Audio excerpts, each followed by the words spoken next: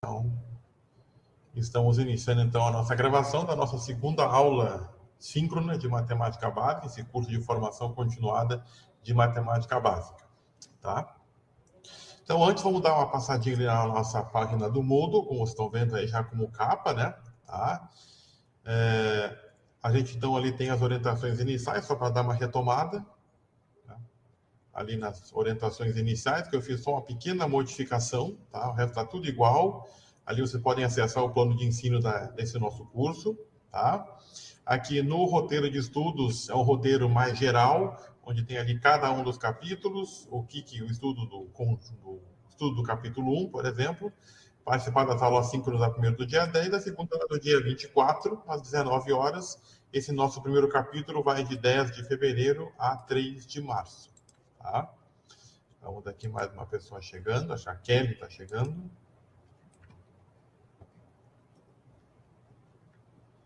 Então a Kelly já entrou. Boa noite, Kelly. Seja bem-vinda. A Andressa também está chegando. Boa noite, Andressa. Seja bem-vinda. Então, retomando aqui o nosso roteirinho de estudos, tá? Depois tem ali todas as datas. O nosso curso tem a previsão de encerramento no dia 23 de junho, tá? Das aulas síncronas, então, como teve aquele problema referente ali à gravação e tudo mais, então eu preferi trocar de plataforma. Então, usar essa plataforma aqui da conferência web RNP, tá? Que é uma plataforma aqui que as instituições públicas de ensino, né? Universidades, institutos podem utilizar gratuitamente, tá? E ali eu coloquei para você do passo a passo de como entrar, né? Quem entrou fez esse passo a passo, né? Entrar como convidado, botar nome, sobrenome e o e-mail, e daí esperar que, no caso, o moderador da sala, que sou eu, no caso, aprove ali a entrada de você, vai ser aprovado sem nenhum problema, tá? Então é só seguir esse esqueminha aqui, você consegue entrar, tá? Você já está esperando a aprovação para a nossa sala virtual. E aqui as nossas datas de aulas síncronas, né? Nossas aulas ao vivo, nossas lives. Dia 24 hoje, depois da próxima lá no dia 10, depois dia 24 de março, e assim a gente vai indo, né, até o dia 23, tá? Fórum de dúvidas aqui, gente, tá? Sempre que quando tiver uma dúvida, cliquem aqui no fórum e escrevam a sua dúvida, tá? A Daiane está chegando também. Vamos aprovar aqui a entrada da Daiane.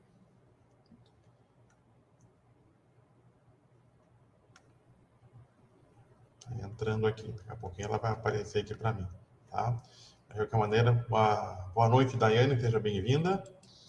Então, como eu estava falando no fórum de dúvidas, tá? Vocês cliquem aqui e escrevem a sua dúvida, tá? A Yasmin colocou uma dúvida aqui referente, e aparece para todo mundo, tá? É um fórum público, né?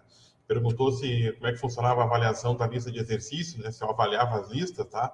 E até aproveitando para respondi para a Yasmin e responder para todos vocês, tá? Então, assim, eu não vou avaliar a realização da lista de exercícios, então não vou cobrar que vocês façam toda ela e me enviem para alguma plataforma, enfim, de qualquer maneira. Nesse primeiro capítulo, tá? A gente vai discutir os temas, vamos realizar alguns exercícios, tirar dúvidas que vocês tenham porventura, espero que tenham, tragam dúvidas para a gente poder conversar. E a gente vai fazer a partir da semana que vem, tá? Eu vou deixar uma avaliação, como aparece ali no começo do nosso roteiro de estudo. Vai ficar durante uma semana aberta, uma pequena avaliação, como se fosse uma provinha, um testezinho, sobre assuntos que a gente trabalhou nesse primeiro capítulo, tá? Vocês vão fazer aqui dentro do próprio Moodle, vão responder ali e vocês já vão ter uma nota referente àquilo ali, tá? Então, a semana que vem vai estar aberta a partir da terça-feira, vai ficar ali uma semana, de uma terça até outra, vai ficar uma semana, 7 dias, que vocês possam fazer a sua resposta, tá? Vocês também terão 2 oportunidades de fazer, tá? Fez a primeira vez, de repente não foi tão bem, faz a segunda vez, como se fosse uma recuperação, digamos assim, e fica a segunda nota, fica a nota maior, na verdade, tá? Então, que é para todo mundo ter aqui a ideia é que a gente aprenda, não é? A gente precisa de nota porque formalmente precisa atribuir uma nota no final lá do nosso curso. Eu quero que a gente discuta, aprenda, vá discutindo os temas, vá tirando as dúvidas. A avaliação é só uma questão mais de formalidade, tá? E a partir do segundo capítulo, tá? Além do nosso testezinho, eu vou colocar ali no fórum uma pergunta, um exercício que eu quero que vocês discutam a resolução dele, Tá? Vou botar ali tipo um desafio ali que vocês discutam. Ó, dá para fazer assim, ó, minha resolução foi assim, a minha é assada, tá? Aí vocês podem mandar essa resolução do exercício, eu vou querer ver. É uma questão só que vai ficar para vocês poderem responder ali, tá? Voltando ali para nossa página de entrada, tá? Então aqui no fórum todo mundo pode botar ali, basta para participar do fórum, tá, gente? Basta clicar ali, adicionar tópico de discussão, tá?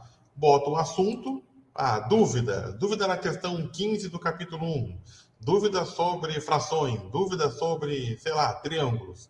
E aqui escreve o texto, tá? E depois clica lá em enviar mensagem ao fórum. Vai aparecer para todo mundo, aparece para mim, aparece para os colegas, e a gente pode trocar ideias por aqui, tá? Então, participem. Num curso à distância, a participação, a troca, né, de dados, a troca de informações, ela é bastante importante, tá? E aqui no final da nossa primeira página, da nossa capa aqui, a gente tem o grupo de WhatsApp, tá? Acho que quem está aqui presente nessa aula está no grupo de WhatsApp, provavelmente, tá? Não é obrigatória a entrada. A gente tem tanto grupo de WhatsApp, né? Que às vezes mais um é meio, né, chato de entrar. Mas quem quiser entrar, está disponível para a gente. Tem 18 membros aqui dentro, tá? Então, quase todo mundo está aqui dentro. Então, quem quiser entrar, trocar uma informação rápida, uma dúvida, alguma coisa assim, o grupo aqui está disponível para a gente poder fazer essa comunicação rápida, tá? Vamos ver mais gente chegando. O Bruno está chegando aqui. Então, já aceitamos aqui a entrada do Bruno. Seja bem-vindo, Bruno. Boa noite. Muito bem, então essa aqui é a nossa capinha do nosso curso, aqui você tem essa organização, tá? Vamos lá, então, para o nosso capítulo 1, que nós discutimos aqui sobre conjuntos numéricos e operações fundamentais. Deixa eu dar uma aumentadinha aqui no tamanho da letra, né, para ficar legal aparecer na tela ali, tá? Deixa eu diminuir um pouquinho, ficou grande demais, tá? Então, nesse capítulo 1, é bem assim os fundamentos da matemática, né? Conjuntos numéricos e operações fundamentais, certo? Então, aqui no material didático, você tem aqui o capítulo 1 em PDF. Então, o bom do PDF é que pode abrir em qualquer lugar. No computador, no tablet, no celular, em qualquer no smartphone, em qualquer lugar a gente consegue abrir. E aqui é a lista 1 de exercício, tá? A lista 1 de exercício tem um exercício lá no fim, que é o exercício 47, não sei se alguém já chegou lá, que tem que vou fazer uma pequena correção lá, tá? Um número que está errado, tá? Depois eu vou colocar a lista 1 correta para vocês. Tá? Então, a gente vai até realizar esse exercício hoje. Então, vou mostrar o que tem de errado nele. Tá? Então, aqui o capítulo 1. Tá? A gente pode... Eu vou abrir uma nova página aqui. Um novo separador. Aí eu vou ter que compartilhar. Depois eu compartilho com vocês, tá? Ali o nosso capítulo, que não vai aparecer ainda. E depois tem a lista 1 de exercícios, que eu também vou abrir uma outra aba, daqui a pouco eu mostro para vocês, tá? Aqui tem um roteiro de estudos, certo? O roteiro de estudos, ele é digamos assim, uma organização semanal do nosso curso. O que a gente tem que fazer naquela nossa semana de estudos, tá? Então, na primeira semana do dia 10 é um pouquinho mais puxada, né? Tinha que acessar ali a plataforma do Padlet para fazer uma apresentação de vocês, tá? Eu vi que algumas pessoas não fizeram, até eu vou abrir ele aqui. Depois eu mostro para vocês de novo, tá? Então, faz parte da semana, é uma tarefinha que você tem que fazer, lá está aqui como tarefa 1, ó, postagem no Padlet. Então, não deixem de fazer, tá? É uma apresentação bem simples, dizendo ali, se apresentando, dando nome, de onde é que é e o objetivo de por que está fazendo o curso. Depois tem mais umas perguntinhas ali, tá? Dificuldades que tem, etc. Tá? O entrar no grupo de WhatsApp é opcional, tá? Quem quiser entrar, quem não quiser entrar, não precisa entrar, mas quem quiser está disponível. Fazer uma leitura atenta dos itens 1 e 4, né? E fazer os exercícios dos blocos 1 e 2 da lista 1. E daí tinha a primeira aula síncrona do dia 10 do 2 às 19 horas, tá? Na semana passada, foi semana de carnaval, né? Mas enfim, até botei aqui só 2 itens. Os itens 5 e 6, adição e subtração, e os blocos 3 e 4 da lista 1. Daí no dia 24, a gente tem a nossa aula síncrona, está acontecendo agora. A resolução, ou leitura dos blocos 5 e 6, multiplicação, divisão, potenciação e radiciação, e os exercícios 5 e 6. E na semana do dia 3, a parte final, que é números primos, múltiplos e divisores, MMC e MDC, e fazer os exercícios da lista 1. Na verdade, hoje, nessa aula, nós vamos passar por todo o capítulo 1. Tá? Vamos passar por todo o capítulo 1. E aí o pessoal já reviu só, vamos até fazer uns exercícios do bloco 7 e 8, certo? Então a gente vai até dar uma adiantada nesse nosso tópico aí, tá? Muito bem, eu vou compartilhar com vocês então a nossa... Deixa eu aqui parar esse compartilhamento então. Deixa eu parar aqui o compartilhamento aqui. Então vai aparecer só a tela aqui da conferência e eu ali em cima, tá? Vamos compartilhar então outro item, tá? Eu vou compartilhar, acho que a janela toda fica mais fácil aqui, tá? Que daí eu consigo ver toda, a gente consegue ver tudo, eu posso ir trocando e todo mundo acho que enxerga tudo, né? Tá? Vocês estão chegando agora em o curso de formação continuada. Aqui tem a lista de exercícios, tá? Aqui as apresentações do Padlet. Então aqui a gente tem 1, 2, 3, 4, 5, 6, 7, 8, 9, 10, 11, 12, 13 pessoas se apresentaram até agora. Então 13 pessoas que fizeram a tarefa, tá? Então aqui a gente consegue ver, a gente pediu ali, né, para ver até de onde é que é a pessoa, de onde é que ela mora, de onde é que ela, né, qual é o nome, enfim. Acho interessante já conseguir ler todas aqui as informações de você. Então, quem ainda não fez, por favor, o faça, tá? No capítulo 1, então, vou dar um zoom aqui, a gente tem conjuntos numéricos e operações fundamentais, tá?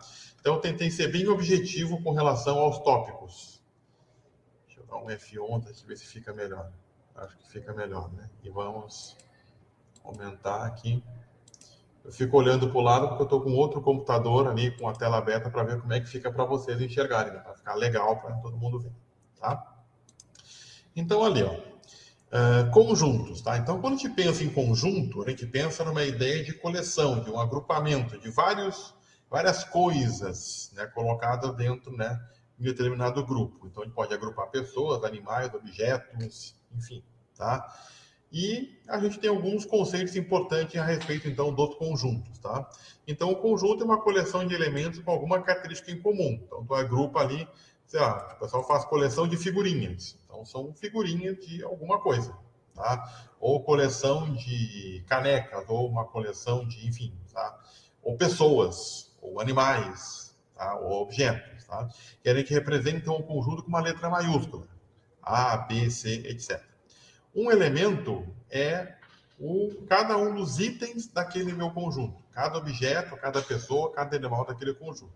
Eu vou representar por uma letra minúscula, A, B, C, etc. Tá? Depois tem aquelas relações entre elemento e conjunto. Primeiro, de pertinência. Se um elemento ele faz parte ou não faz parte daquele grupo. Então, eu tenho que se um elemento ele faz parte de um grupo, então ele pertence a esse conjunto, ou se um elemento ele não pertence a esse conjunto. Aí tem aquele desenho ali, né, do ezinho arredondado e o ezinho com o tracinho cortando ele. Então, pertence ou não pertence, tá? Dois conjuntos são iguais se eles têm os mesmos elementos. Tá? Então, conjunto A, meses do ano, conjunto B, meses do ano, então eles têm os mesmos elementos, então são conjuntos iguais. O conjunto unitário é aquele que só tem um elemento. Tá? Então, por exemplo, dia da semana com a letra D, só tem o domingo. Então, é um conjunto chamado unitário. Tá? Depois, um conjunto vazio é um conjunto que não tem elemento nenhum. Então, que representa um espaço vazio entre chaves ou simplesmente um círculo com um traço na diagonal. Tá? Às vezes tem uma pegadinha bem comum que aparece em concursos. Eu vou abrir um quadro aqui onde a gente consegue escrever, tá? Um quadro online aqui. Às vezes aparece o seguinte, tá? Ele vai aparecer para vocês aí, ele tá carregando. Tá? Aqui, tá? Então aparece isso aqui, um conjunto A, deixa eu botar aqui no vermelho.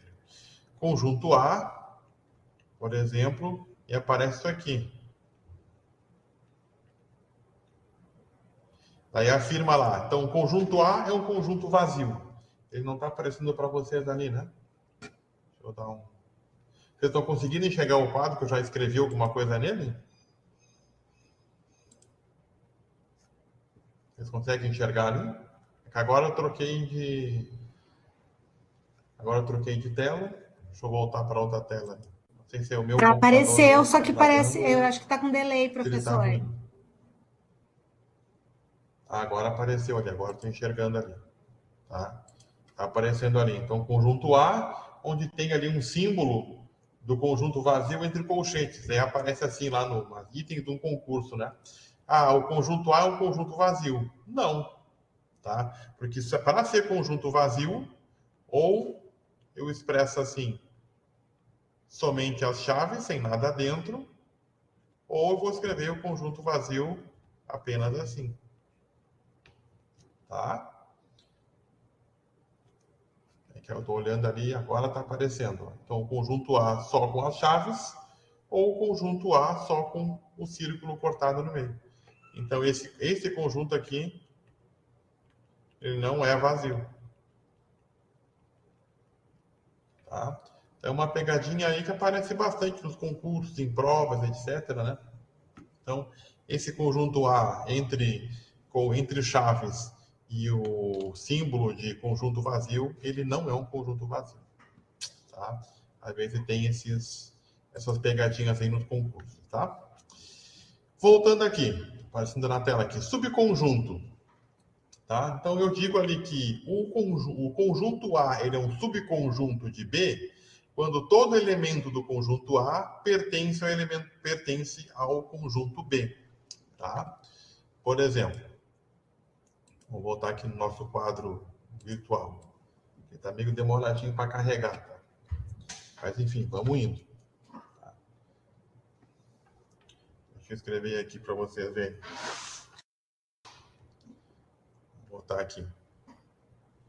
Sei lá, então o conjunto B ele é formado lá pelos elementos 0, 1, 2, 3. Acho que deu uma queda ali. Vamos reconectar aqui o nosso quadro.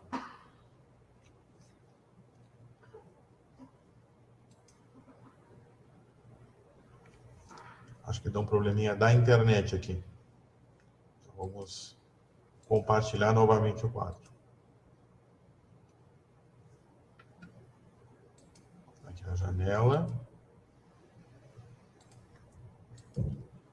Ver se dá uma queda da internet, dá uma complicada. Deixa eu ver quem escreveu aqui um comentário.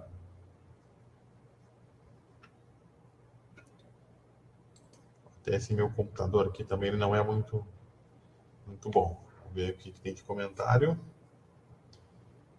Está carregando aqui. Tá?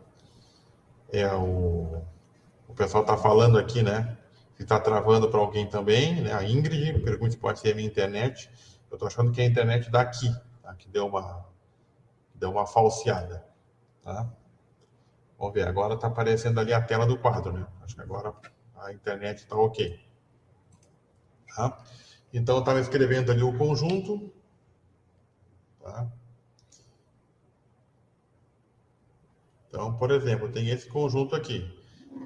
Conjunto 0, 1, 2 e 3. Tá?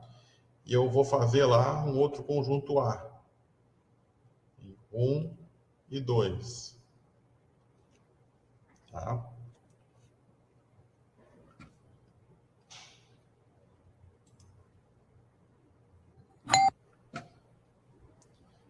Aqui tem mais gente chegando aqui na nossa aula. Deixa eu só autorizar a entrada da pessoa. Vamos ver aqui. A Daiane está chegando.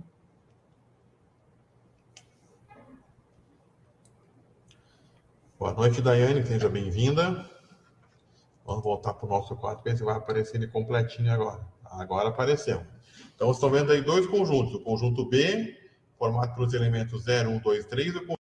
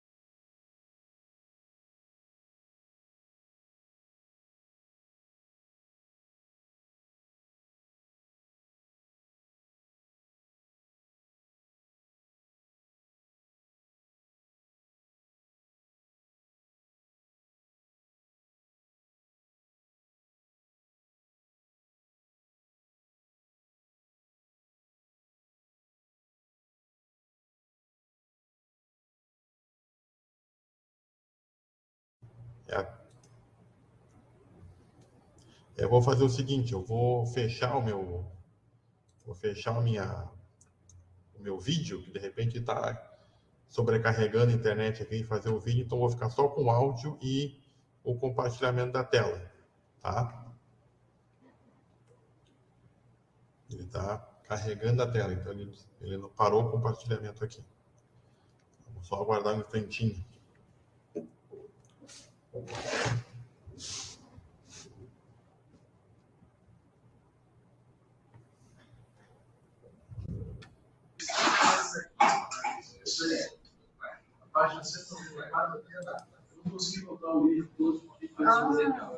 Tá dando uma travadinha aqui. Aí sim. A Ingrid voltou aqui. Quando abre o quadro online, trava o vídeo e caiu tudo, tá? É isso. O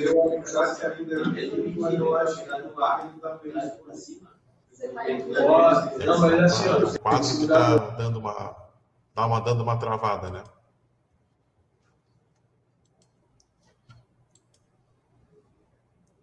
Então vamos lá, vamos aceitar aqui.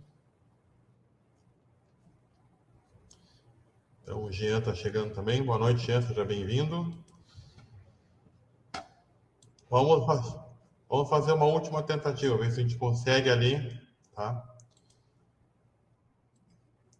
Só tem que ver que alguém está com o áudio aberto aí, gente. Está vazando o áudio.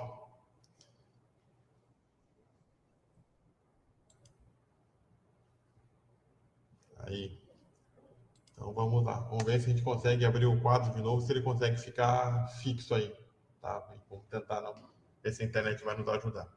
Então, o que a gente tem aqui, tá? Então, a gente tem dois conjuntos, o conjunto B, elementos 0, 1, 2, 3, e o conjunto A, os elementos 1 e 2. Esses dois elementos aqui, 1 e 2, fazem parte do conjunto B. Então, a gente diz que o conjunto B, ele está contido, então, o conjunto A, ele está contido no conjunto B. Tá? Então, é isso que a gente tem. Então, o A está contido em B. Tá? Seguindo, então, aqui com o nosso material, tá? Então, falamos aí dos subconjuntos, certo? Bom, como é que a gente representa os conjuntos? A gente pode representar os conjuntos de três maneiras. Por enumeração dos seus elementos. Então, eu vou escrever por extenso os componentes daquele conjunto. Ou por enunciação, que é utilizado mais para conjuntos numéricos. Ou diagrama de Venn, que é uma parte mais visual para a gente poder identificar um conjunto qualquer, tá? Vamos ver aqui, vamos só subir um pouquinho o quadro e vamos ver se o quadro vai nos ajudar. Acho que agora ficou ok. Por exemplo, tá? Se eu quero escrever, então, o conjunto das vogais, tá? Ou vamos usar já números, né? Vamos dizer assim, ó, o conjunto dos números pares. Então, deixa eu fazer com a minha caneta. Então, 0, 2, 4, 6, 8 e etc. Aí são números pares, são infinitos. Então, aqui eu estou escrevendo por extensão, ou, como a gente colocou ali, tá? Por enumeração. Eu estou dizendo quais são os componentes daquele meu conjunto. Tá? Alguém quer fazer alguma pergunta? Pode, se quiser, pode falar. Pode abrir o microfone e falar, tá, gente? Fique à vontade. Tá? Depois a gente tem ele por enumeração. Então, como eu falei, enumeração eu vou enumerar os meus conjuntos. Por enunciação, eu vou escrever o meu conjunto através de uma propriedade. Então, quando eu digo o conjunto A, ele é formado, então, por vogais. Dá até para escrever agora aqui no próprio Drive, né? Vamos escrever aqui de ver nele, no próprio PDF, né? Tá? Deixa eu só botar para o ladinho aqui. Diminuir um pouquinho. Então, onde X, ele é uma vogal, tá? Então, ali, aqui em cima ele está por enumeração e aqui em cima ele está por enunciação. Estou dizendo X é vogal. Ou, sei lá, X corresponde onde X são os dias da semana. O elemento Y, onde Y são os meses do ano com a letra J, por exemplo. Estou escrevendo através de uma propriedade. E o conjunto de Venn aqui, eu faço uma figura geralmente é um círculo ou uma elipse, pode ser um quadrado, pode ser qualquer forma geométrica.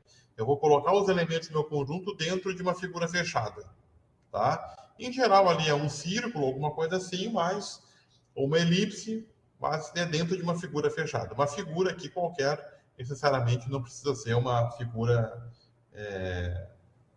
geométrica específica, tá?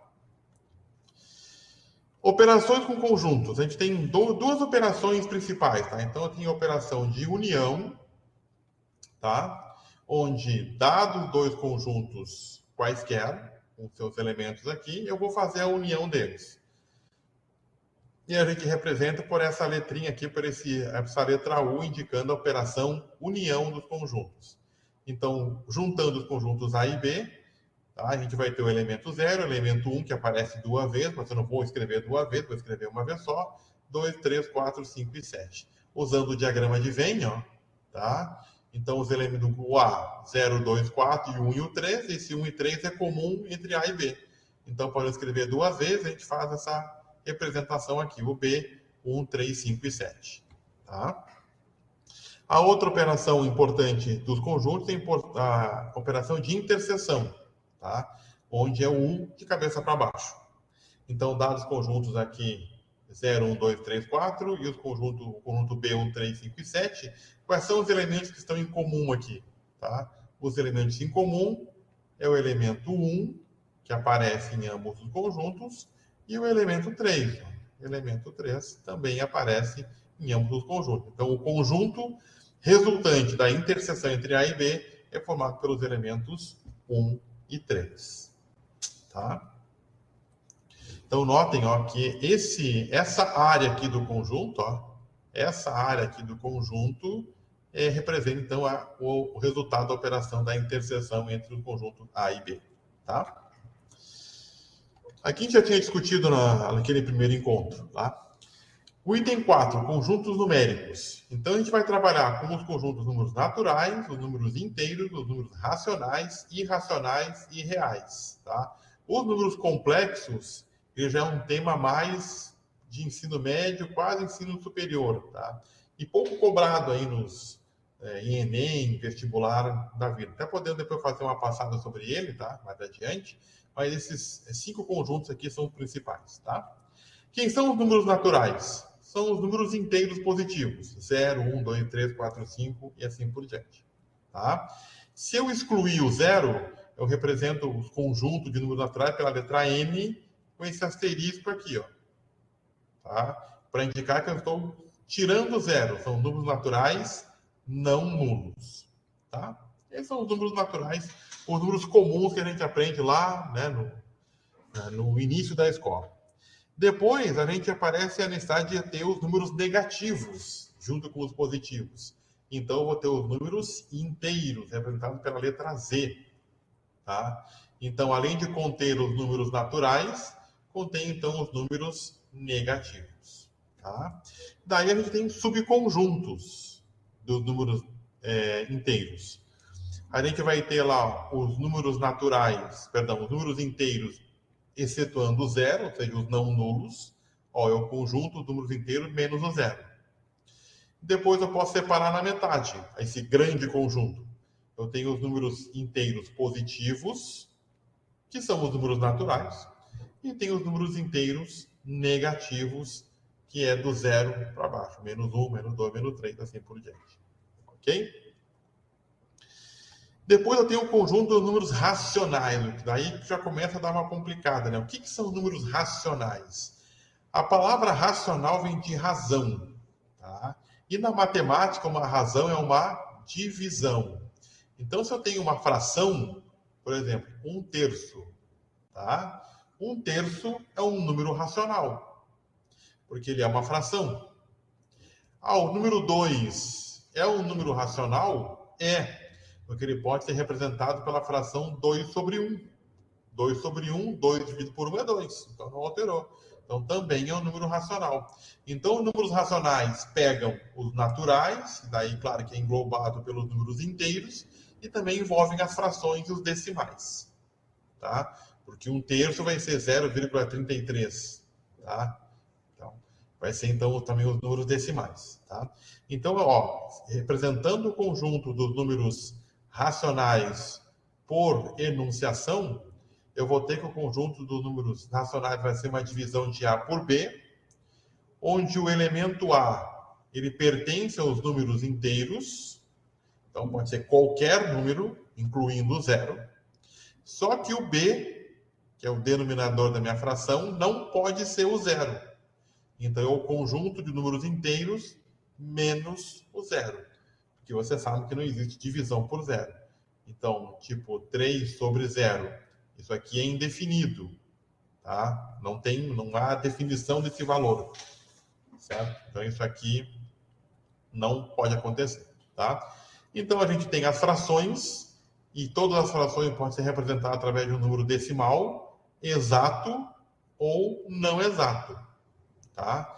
1 sobre 10 é 0,1, é uma divisão exata, um decimal exato. 7 sobre 11 avos dá 0,636363. Notem que o 63 se repete. Então, a gente coloca o 63 e um tracinho em cima para dizer qual é a parte dessa decimal que se repete, tá? Que é a parte periódica, como se diz, certo? Então, decimal periódico e não exato. Por quê? Porque ele vai ter indefinidas casas decimais, tá? Depois nós temos o conjunto dos números irracionais. Qual é a diferença? Tá?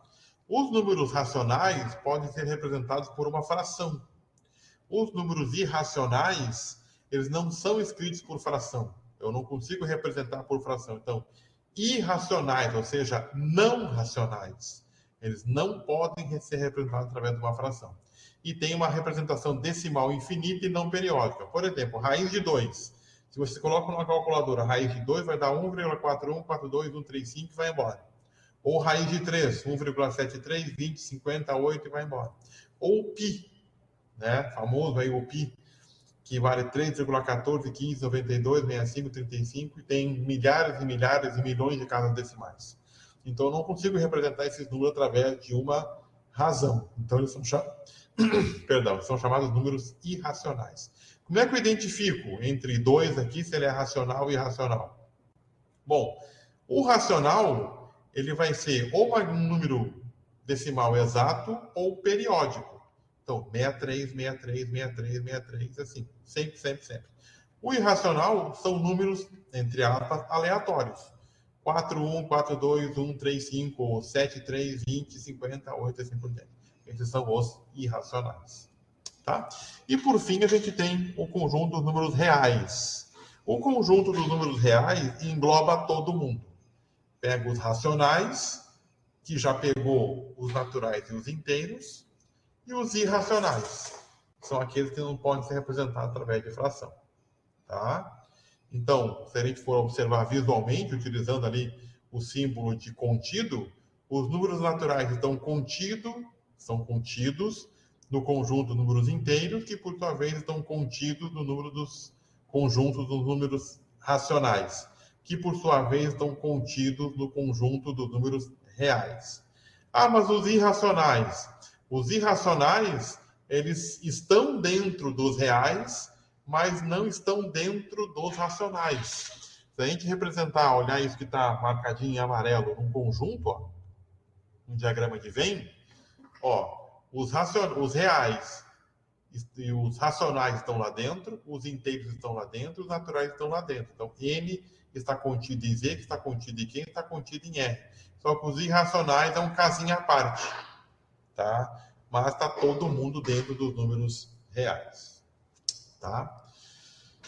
Gente, alguma dúvida, alguma pergunta, algum questionamento a respeito aqui dos conjuntos numéricos? Essa parte é bem importante, tá? Identificar o conjunto numérico, tem um exercício ali que pede lá na frente para identificar quem que é racional, quem é irracional. Alguma dúvida que você tenha? Vou abrir a caixinha aqui de mensagens, ver se tem alguma coisa aqui. Então tá tudo certo, tá? Então, gente, se tiverem dúvidas, abra o microfone e saem falando, tá? Não precisa nem pedir permissão.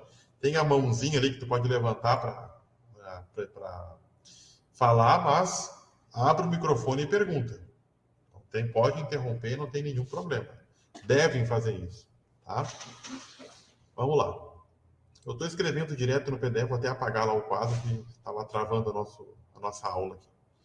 Então, voltamos aqui para o nosso capítulo 1, tá? Vamos lá. A reta numérica, tá, gente? O que é a reta numérica? Ela é uma representação que a gente consegue observar. Visualmente, consegue localizar os números, tá? Então, a gente parte de uma origem, que é o zero, tá? E dele vai escrevendo. Os positivos ficam à direita e os negativos ficam à esquerda. E daí eu vou posicionando os meus números. Então, ó, 1, o 2, o 3, o 4, o 5.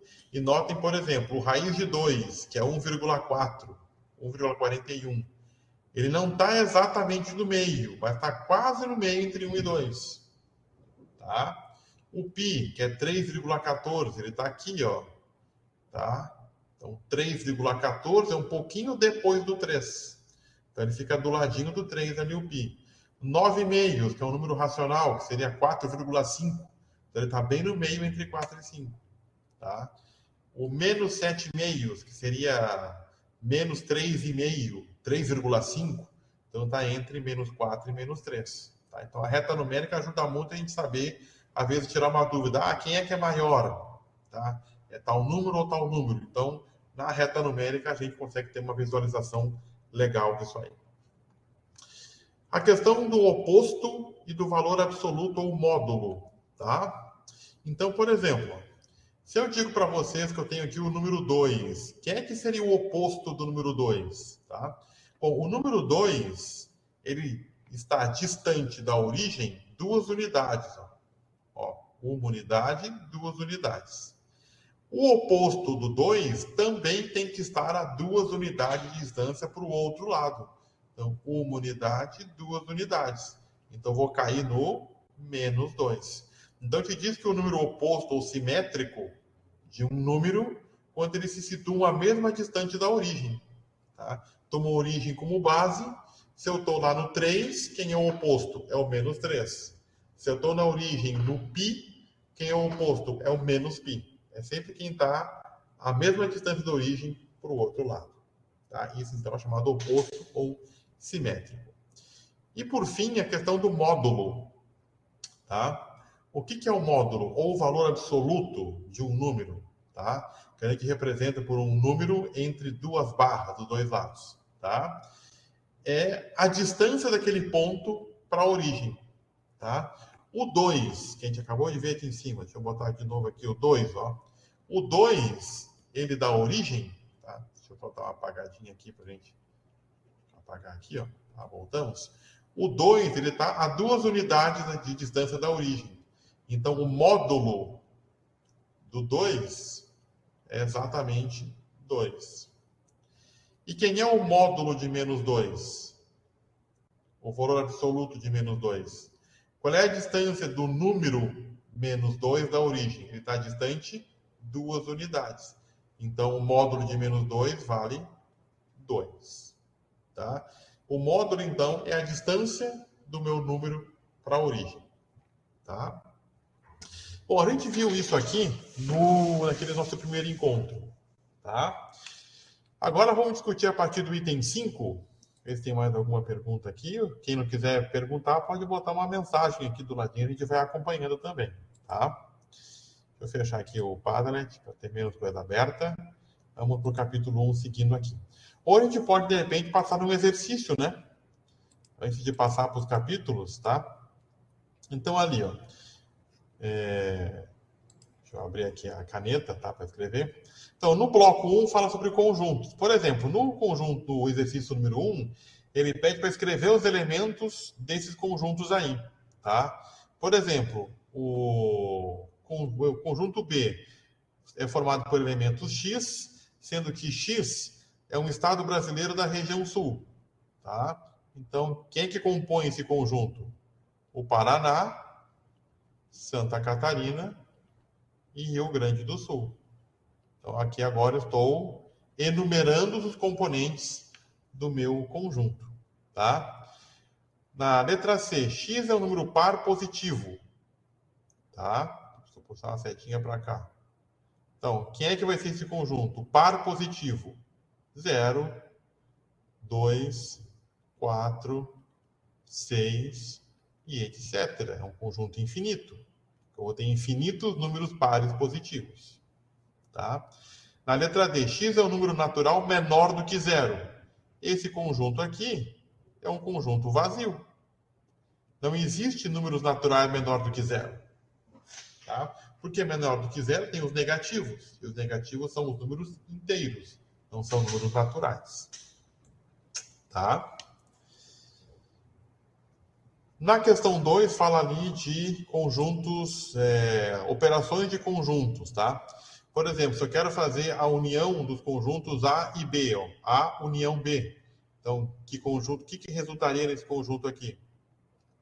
Então, eu tenho A e B. Então, vai o elemento 1, vai o elemento 2, que aparece em ambos, vai o elemento 4, vai o elemento 5, vai o elemento 6 e vai o elemento 8. Tá? Esse é o conjunto união entre A e B. Um conjunto intersecção, agora entre A e B. Tá? Quais são os elementos que são comuns entre os dois conjuntos? Eu tenho lá o elemento 1 não aparece em ambos, o elemento 2 aparece em ambos. Ó. O elemento 4 aparece em ambos. Depois 5, 6 e 8 é diferente. Então, eu vou ter os elementos 2 e 4 que fazem o conjunto intersecção entre A e B. Tá? Então, nota que não tem muita dificuldade aí na operação de conjuntos. Aqui no 3, pede para utilizar a questão do contém ou não contém, ou do contido e não está contido. Tá? Então, se eu digo aqui, o conjunto A está contido em B, certo? O conjunto A está contido, está dentro do conjunto B, então verdadeiro. Já o contrário é falso, o conjunto B não está contido no conjunto A. Tá? Agora, o C virado com a boca para trás, o C ao contrário, é contém ou não contém. Tá? O Czinho normal é contido. O C com a boca para o outro lado é o contém. Tá? Então, se eu digo para você daqui que o conjunto B contém o conjunto A, correto? O conjunto B, o conjunto A está dentro do conjunto B. Então, B contém A. Tá? Ou outro conjunto aqui, o conjunto A não está, letra H aqui, né? O conjunto A não está contido, ou o conjunto A não contém o conjunto B. Verdadeiro, tá? O conjunto A não contém o conjunto B. Até o conjunto A é um subconjunto do conjunto B, tá?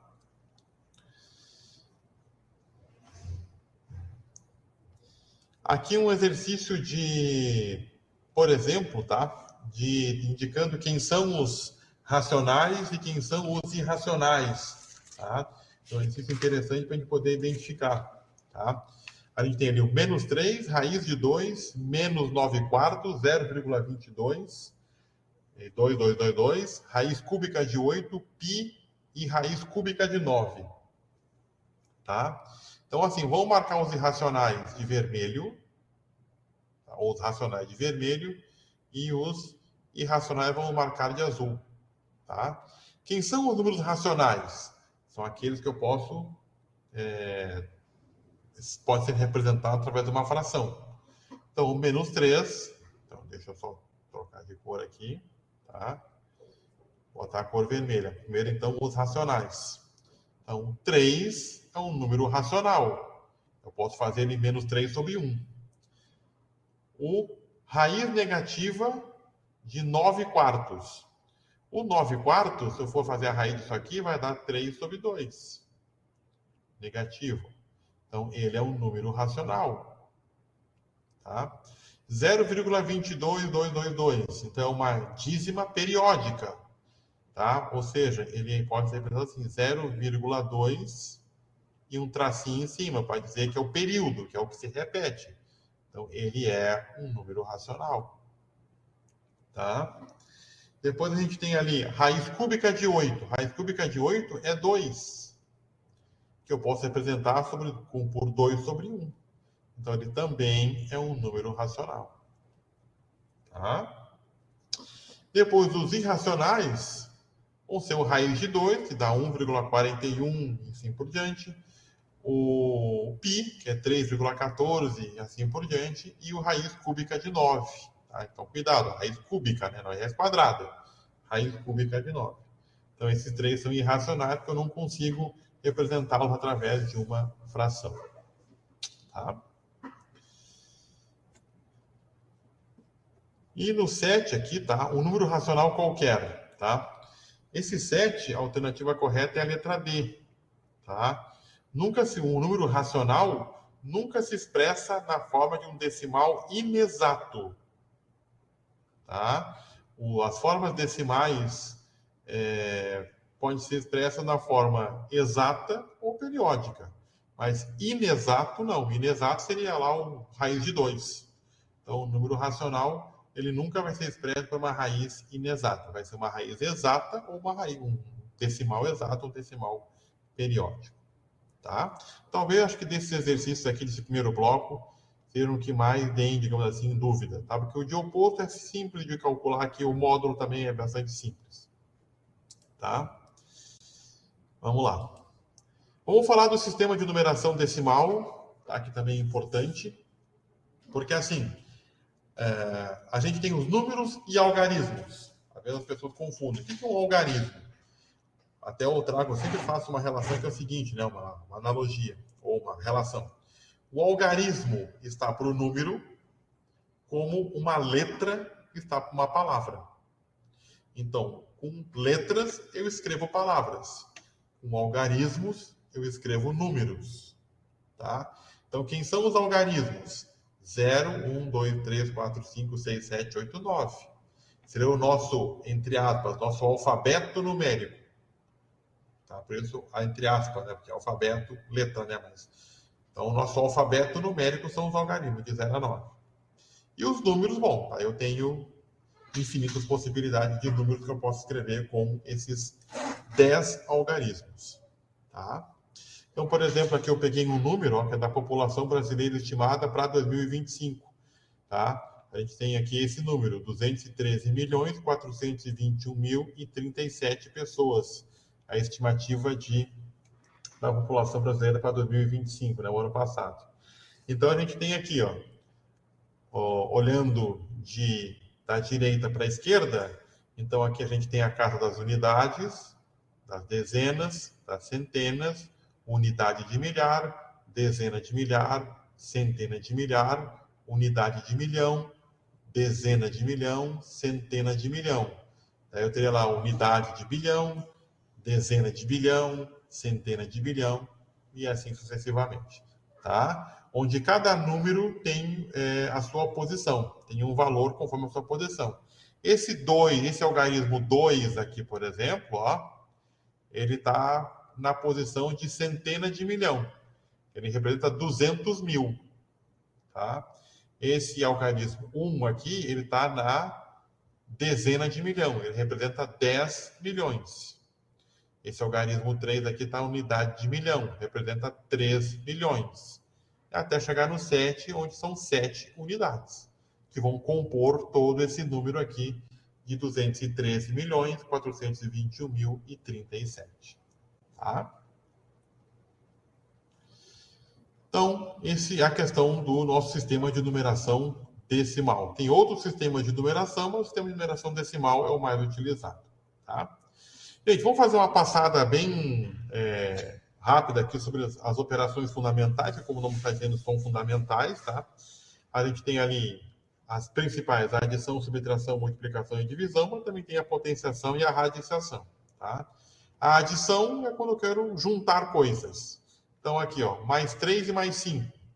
Vai dar mais 8. Então, usando a reta numérica, eu parto da origem, serve aqui da origem, eu ando 3 unidades para a direita, onde é o 3, e ando mais 5 unidades para a direita, eu chego no 8 positivo. Agora, se eu quero somar números negativos, eu vou para o outro lado. Eu partindo da origem aqui, eu ando 2 unidades para a esquerda, que é o menos 2. Depois eu ando mais 3 unidades para a esquerda, onde eu vou chegar no menos 5. Por isso que menos 2 mais menos 3, menos 5. Agora, quando tem sinais opostos, ó, menos 7 mais 3, menos 7, como é que eu faço? Eu parto da origem e ando 7 unidades para o meu lado esquerdo, lados negativos. E depois, a partir desse ponto onde eu parei, agora eu ando 3 casas, 3 unidades para o lado direito, onde eu vou chegar no final no menos 4. Tá? Então, tem aquela regrinha de sinais, né? Tá? Quando eu somo parcelas de sinais iguais, ó, mais e mais, menos com menos, o que eu faço? Somo os valores absolutos e coloco e repito o sinal. Mais 3 mais 5 mais 8. Menos 2 menos 3 menos 5. Quando eu somo parcelas de sinais opostos, eu subtraio 7 menos 3, 4, e coloco o sinal do número maior, o negativo do 7. Então, isso é uma regrinha, é uma regra prática que a gente aprende na escola. Mas eu não sei se alguém aqui alguma vez viu o uso da reta numérica para dizer por que isso acontece. Tá? Poucos são os alunos lá no ensino fundamental, até no próprio ensino médio, ou até nível de faculdade, ensino superior, que perguntavam por que isso acontece. Tá? Até o Rainer coloca aqui, né? Fazer as operações dos inteiros na reta numérica, tá? Isso é bem importante para poder entender da onde que sai aquela regrinha de sinal. Tá? Isso é bem legal de mostrar para o aluno. E não é uma coisa complicada, a reta numérica. Não é uma coisa complicada, tá? De se mostrar. Então a gente consegue entender por que chega nessas. É a reta numérica que nos leva à regrinha prática, ali, que a gente aprende na escola. Tá? E agora que eu estou vendo nos livros didáticos que está aparecendo a reta numérica para explicar isso. Antes, ali naqueles manuais mais simples que a gente tinha antigamente, isso muito pouco era abordado. Tá? Então, aqui a gente tem na adição, mas na verdade é uma adição meio que subtração, né? Porque menos 2, menos 3, ou 7 negativo e 3 positivo é uma subtração, digamos. Tá? Aqui tem algumas propriedades da adição, tá? Por exemplo, o fechamento. Se eu somar dois números naturais, a resposta vai ser um número natural. Se eu somar dois números inteiros, vai dar um número inteiro. Então, na soma, não tem problema nenhum, não há nenhuma restrição dos conjuntos numéricos naturais e inteiros. A comutativa é aquela em que a ordem das parcelas não altera a minha soma. Tá? Mais 4 e mais 3, ou mais 3 ou mais 4, vai dar a mesma coisa. A associativa é quando eu tenho assim 3 parcelas. Então, se eu juntar aqui primeiro 7 mais 2, tá? O 7 menos 2, e depois eu somar com menos 4, vai dar mais 5, tá? Junto com menos 4 vai dar mais 1. Então, eu posso ir agrupando para poder fazer o resultado. Ou se eu agrupar aqui o menos 2 com menos 4, menos 6, mais 7 menos 6, mais 1. Então, não faz diferença a maneira que eu for fazer o agrupamento. Tá? Deixa aqui, tem mais uma pessoa chegando. A Camila aqui está chegando.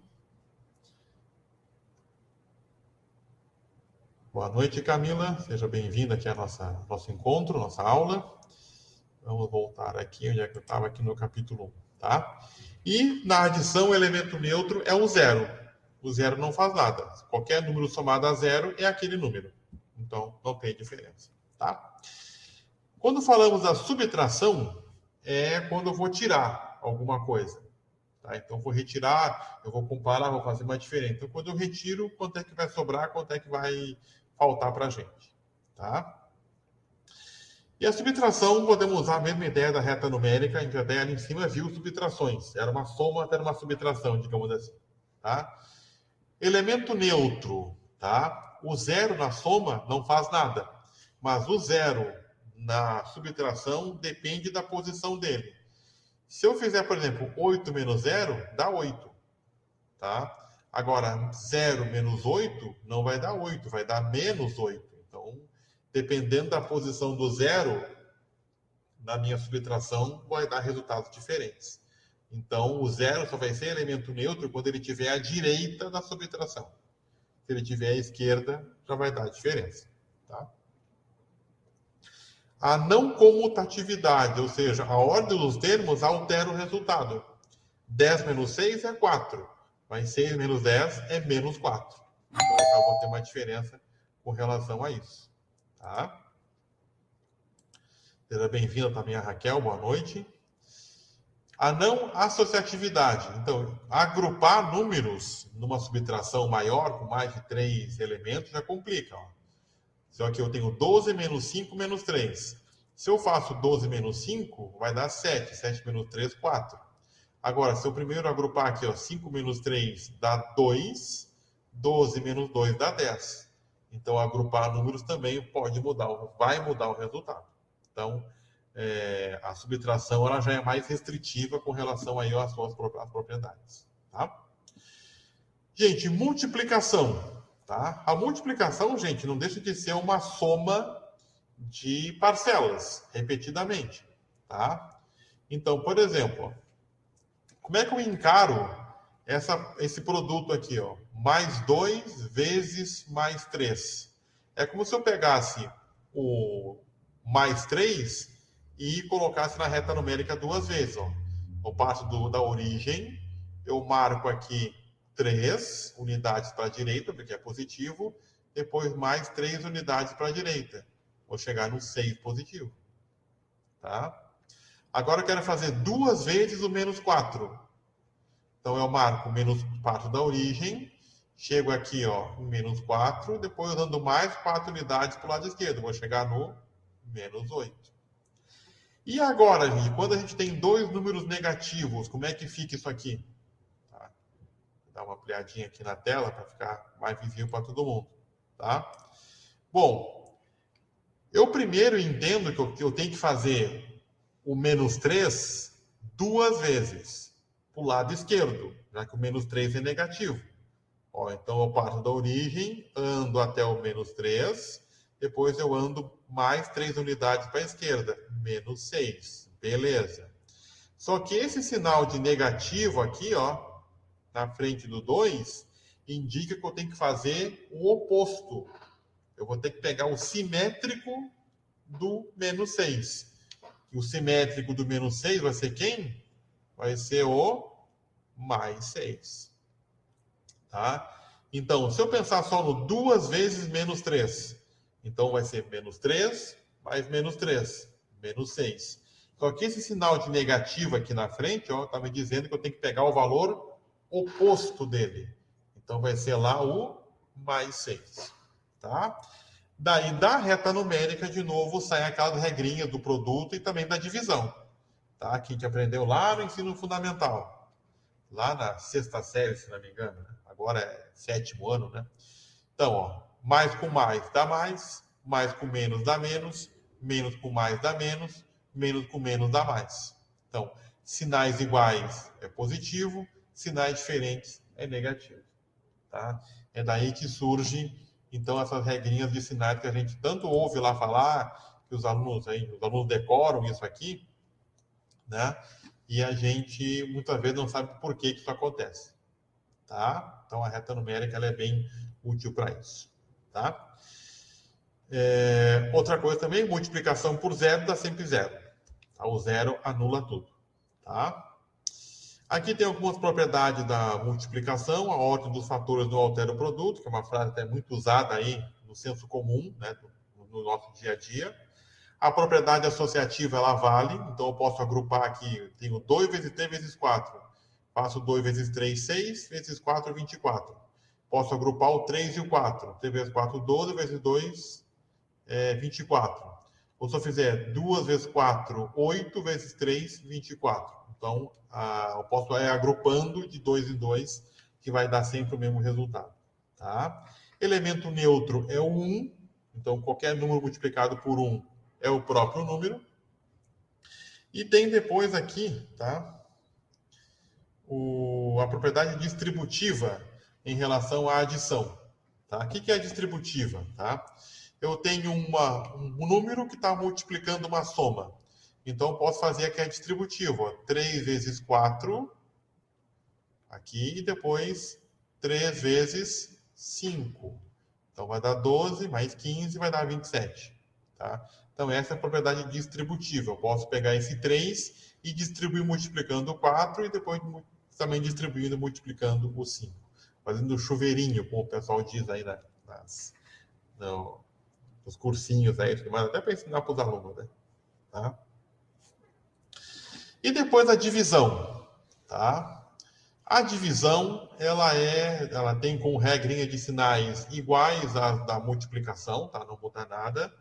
A gente tem, então, se eu tenho, por exemplo, ó, 15 dividido lá por menos 3, vai dar 5 e vai dar resto zero, tá? O 15 a gente chama de dividendo, o menos 3 é o divisor e o 5 é o quociente, é o resultado da minha divisão. E no caso aqui o zero vai ser o resto, tá? Nem toda divisão é exata, tem divisões que são não exatas, que o resto vai ser diferente de zero, tá? Lembrando que não existe divisão por zero, e um zero dividido por qualquer número sempre vai dar zero. Então, tipo, nada dividido por 2 continua sendo nada, tá? Então, a divisão, só cuidem isso aqui, ó, não existe divisão por zero, tá? Não é definida na matemática a divisão por zero, tá?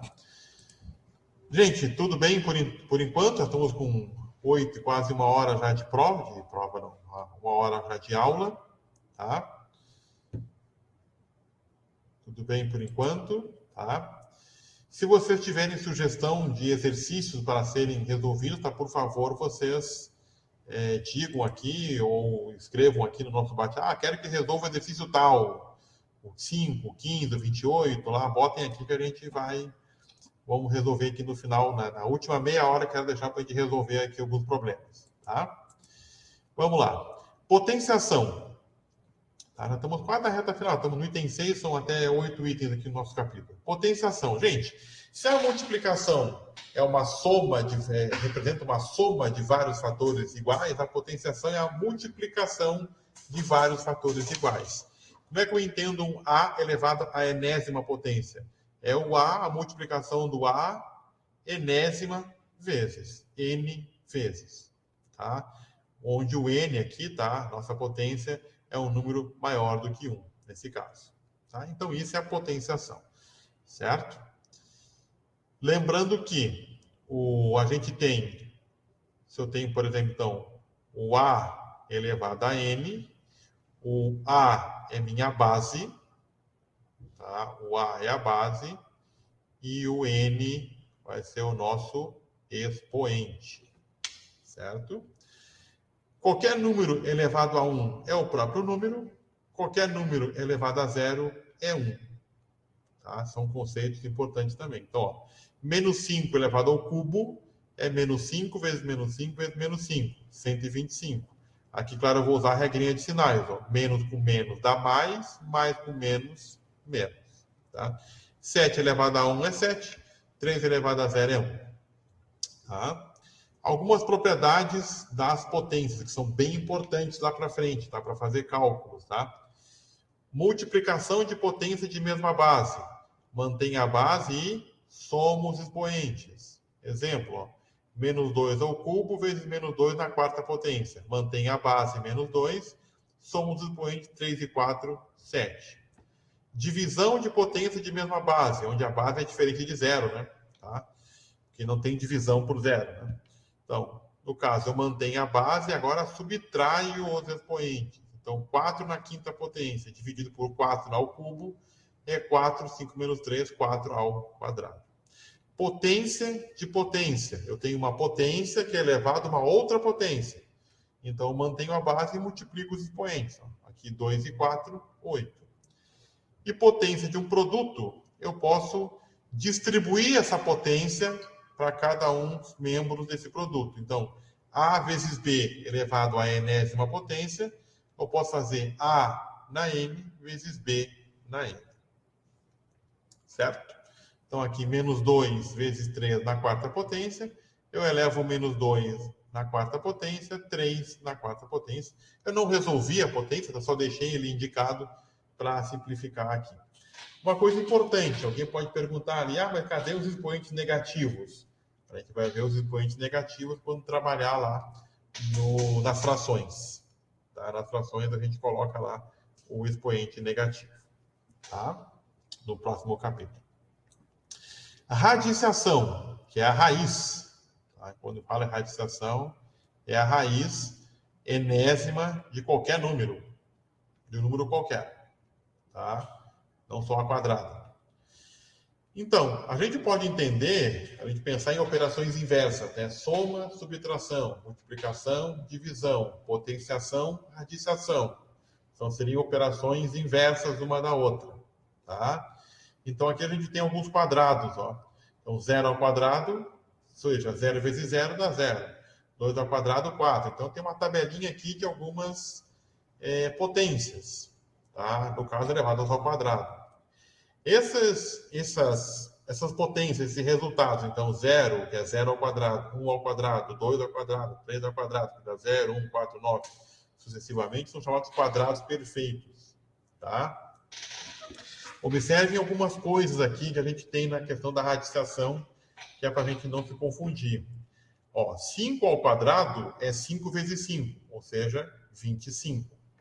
Menos 5 ao quadrado vai ser menos 5 vezes menos 5, ou seja, 25. Tá? Eu tenho dois números inteiros, que quando eu elevo ao quadrado vai dar 25. Um é positivo, que é a chamada raiz quadrada aritmética de 25. Daí eu indico, a raiz quadrada de 25, 5. E o outro é negativo, tá? Que eu vou indicar dessa forma, menos raiz de 25, ou seja, menos 5. Tá? Então, a gente tem que ter cuidado na hora de fazer as raízes aqui. Outra convenção, né? Raiz de 0 é 0, porque 0 ao quadrado é 0. Tá? Então, a questão da raiz é essa aí. Tá? Até lá no... Depois eu até vou mostrar para vocês, tem um exercício ali. Não sei se alguém já chegou a fazer, chegou nele, tá?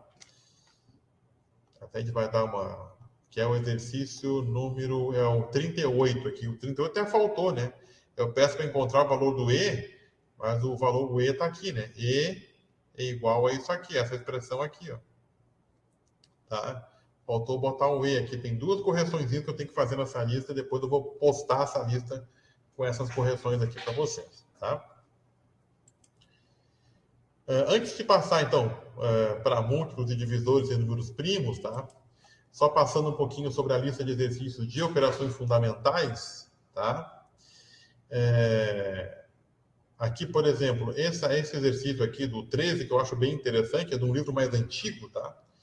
É do Andrioli, é um livro manual. De repente, algum de vocês até estudou com esse livro aí, tá? Eu achei bem legal esse exercício aqui, e acho que ele vale até hoje, tá? Que ele coloca assim, nos países quadrados, o povo escreve assim, ó, o 7 dentro de um quadradinho e o 3 sem nada para indicar 73. O que eu posso entender? Quando um número está dentro de apenas um quadrado, significa dezena. Então, seria o 70 mais 3, 73. Quando o número está dentro de dois quadrados, seria uma centena. Então, esse 2 aqui representa 200. Esse 5 aqui representa 50. Esse aqui é a unidade, então 258. Daí pergunta, que número está representado aqui? Se o 5 está dentro de 1, 2, 3 quadrados, significa 5.000. Tá? O 8 dentro de 2 quadrados significa 800. E o 4 dentro de um quadrado seria 40. Então, que número é esse? Seria 5.841. Tá? É um exercício bem legal esse aí, é um livro antigo, é da década de 80. Como eu falei, talvez alguém tenha estudado com ele, tá? O René colocou que achou essa questão legal, uma pessoa que um pouco as questões do Enem, é bem nesse sentido. Que é uma questão onde tu vai deduzir o que significa aquela representação, tá? Isso eu quis botar essa questão aqui para a gente poder trabalhar. Tanto que o print que eu dei é exatamente do livro, até para ver um pouco das letras atrás do livro. Tá? Eu já achei essa questão bem legal e quis botar para vocês fazerem essa aqui. Tá? Gente, depois aqui tem exercício de soma, tá? Aqui dia 14 é um exercício de soma, só somar os valores aqui, tá? Eu sugiro que vocês façam na mãozinha, né? Peguem um caderninho de vocês, que nem eu falei na primeira aula. Peguem um caderno e vão resolvendo os exercícios na mão. Tá? Ah, eu quero conferir. Bota uma calculadora lá, depois confere se fez certo. Mas tentem fazer na mão primeiro. Depois vão para a calculadora. Tá? 15, 16 é da reta numerada, é legal de fazer. O 17 aqui, né? Tem uma conta bancária, que é mais ou menos que divide no dia a dia, né? A gente tem o dinheiro, faz Pix, faz compra, enfim, recebe Pix, né? E vê quanto é que fica na conta da gente, tá? Expressões numéricas, tá? Expressões numéricas. Daí eu coloquei para vocês aqui do ladinho. Uma expressão numérica, eu resolvo o primeiro que está dentro dos parênteses. Então, vou fazer aqui o 6 menos 4 e o 7 menos 5. Depois eu resolvo o que está dentro dos colchetes, depois dentro das chaves. E depois eu resolvo com os números que estão fora. Tá? Aqui só tem soma e subtração. Tá? Lá na frente tem as potenciações, as multiplicações e raiz, etc. Tá? Na questão 5, aqui no bloco 5, é multiplicação. Tá? Multiplicações simples, probleminhas aí mais de multiplicação e divisão e tudo mais, com resto, etc. Né? Tá? Aqui, por exemplo, ó, na questão 26, numa divisão, tá? Sei lá, um número x qualquer, ele vai ser dividido por 12. Tá? Qual o maior valor do resto que pode ter? O maior valor do resto, ele vai ser 11. Porque 11 não dá para dividir por 12. Porque se desse 12 aqui, ainda daria para continuar a divisão. Aí 12 por 12 daria 1. Então, o maior valor de resto que ele vai ter que ser uma unidade menor do que o meu divisor. Então, qual é o maior valor que pode ter o resto? Resto 11. Ah, mas eu posso continuar a divisão? Pode. Bota uma vírgula, bota um zero e segue a divisão. Tá? Mas se eu parar até aí, tentar fazer uma divisão exata com o resto, só com números naturais, a gente vai chegar aqui. O maior resto que pode ter é uma unidade menor que o divisor. Tá? Por exemplo, no 27, ó, um número natural, x, vamos supor, dividido por 15, tá? Dá quociente 9, e depois ali que fez a divisão, né, o resto é o maior possível. Que resto vai ser esse? Vai ser 14. Pergunta, quem é o dividendo? Quem é esse x aqui? Ó, tá? Como é que eu vou saber quem é o dividendo? O dividendo vai ser o quê? Vai ser o quociente, que é 9, vezes 15. Tá? Mais o resto. Certo? Então, deixa eu só pegar aqui já o valor direitinho, para não ter que estar perdendo tempo fazendo a continha aqui, tá? Para a gente já andar. Cadê aqui? Esse produto aqui dá 135, mais 14, vai dar 149. Tá? Se a gente pegar 149 e dividir por 15, vai dar exatamente 9, vai dar 135, vai dar resto 14. Tá? Então, uma questão de divisão, às vezes cai muito em concurso esse tipo de questão aqui também. Ó. Tá? Onde te dá ali o dividendo, o divisor, dá o quociente, diz qual é o maior resto possível e pergunta quem é o dividendo, que é o número que está sendo dividido. Tá? Potenciação e radiciação, tá?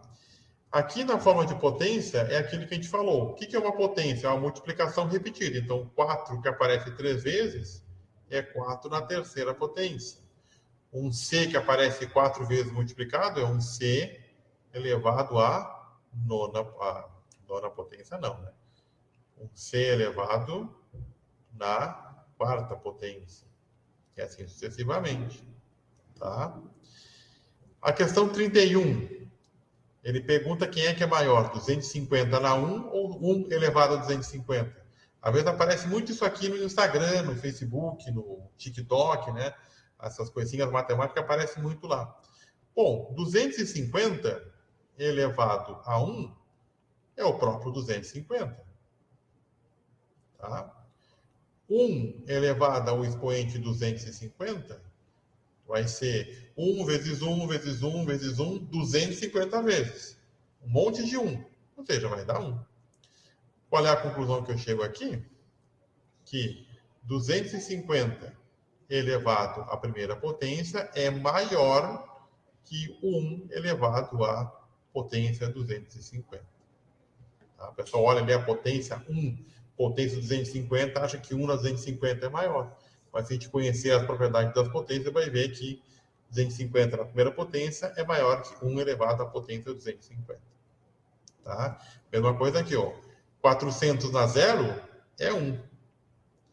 0 elevado a 400 é 0. Então, 400 na 0 é maior que 0 na 400. Tá?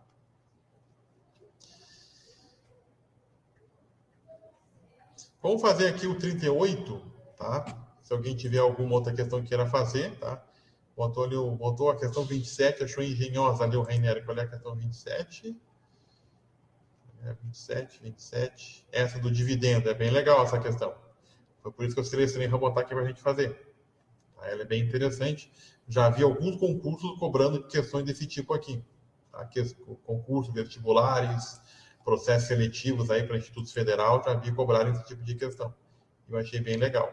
E essa questão aqui também é desse livro do Andrioli. Tá? Eu vou mostrar para vocês a capa aqui desse livro. Talvez vocês conheçam. Vamos ver quem conhece esse livro aqui. Deixa eu botar um recente, foi onde eu abri aqui esse livro hoje.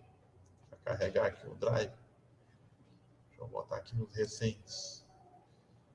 Deixa eu ver se vocês reconhecem esse livro aqui. Vamos ver quem conhece e quem estudou com ele. De repente, pelo nome, eu não vou lembrar. Andrioli, não, Andrini, tá? Álvaro Andrini. Esse livro aqui.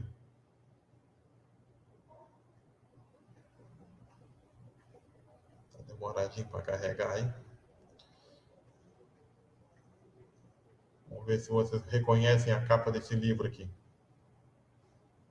Tá demorando para carregar mesmo, até aqui no meu, tá? Esse aqui.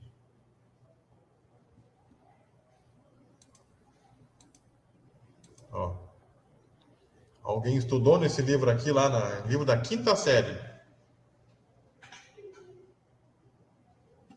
Alguém já estudou? Alguém já abriu ele ou tem ele em casa? Deixa eu voltar de novo ali com a capa para você dar uma olhada, ver se consegue lembrar. Cadê aqui? Aqui. Tá? Esse livro, gente, ele é muito bom para quem quer trabalhar com o fundamento da matemática. Álvaro Andrini, eu estou com o Andrioli, que vai ser Andrini. Tá? Na internet, ele tem o quinto, sexto, sétimo, oitavo. Ele é um livro ele é um manual de matemática. Ele é bem direto. Ele é direto e muito exercício. Tá? É claro que hoje, a gente pegar um livro didático moderno, ele é mais contextualizado. Ok? Eu acho que isso é importante também. Para a gente contextualizar a matemática. Porque os alunos perguntam, para que eu vou usar isso? Por que eu vou usar raiz quadrada? Por que eu vou utilizar MMC? Para que eu vou utilizar fração? Tá? E os livros atuais são mais contextualizados por isso. Tem figuras para ajudar o aluno a entender melhor. Ok? Tá? Mas esse livro de matemática aqui, muita gente se formou com ele, estudou com ele e aprendeu também. Tá? Deixa eu ver se alguém botou aqui. Tá? O Rainer fala do Dante, que também é um excelente livro. Tá? Ou a Ingrid aqui acha que não sabe, né? Eu botei aqui para ver se vocês conheciam esse livro aí. Tá? E é um livro bem bom. Ele é bem direto, ele é um manual. Tá? Se a gente for andando aqui no livro, tá? Ele é bem direto. Ele tem aqui, claro, esse aqui é o livro do professor, né? Aqui fala de conjuntos. Ele faz ali tem uma parte teórica e depois tem um monte de exercício para fazer. Tá? E assim ele vai fazendo. Se vocês procurarem na internet, vão encontrar. Se você não encontrar, eu posso compartilhar com vocês os PDFs também. São livros bem bons para a gente poder estudar, para ter a base da matemática. Tá? Eles são bem bons mesmo. Tá? Voltando aqui, então, para a parte de expressões numéricas, tá? Essa questão da 38, eu achei no Instagram. Tá? Tinha uma professora resolvendo essa questão. Ela botou primeiro para depois resolver. Tá? O que vai acontecer? Eu tenho uma raiz cúbica, daí menos 11, mais raiz de 6, mais raiz de 7, mais raiz de 4. O que vai acontecer? O que é raiz de 4? Vai dar 2. Tá? 7 mais 2, 9. Então, isso aqui vai dar 7 mais 2, 9. Raiz de 9, 3. Tá? Daí aqui, ó, 6 com 3 vai dar 9. Raiz de 9, 3. Então, o que a gente vai ter aqui no final? A gente vai ter uma raiz cúbica negativa de menos 11 mais 3 vai dar menos 9.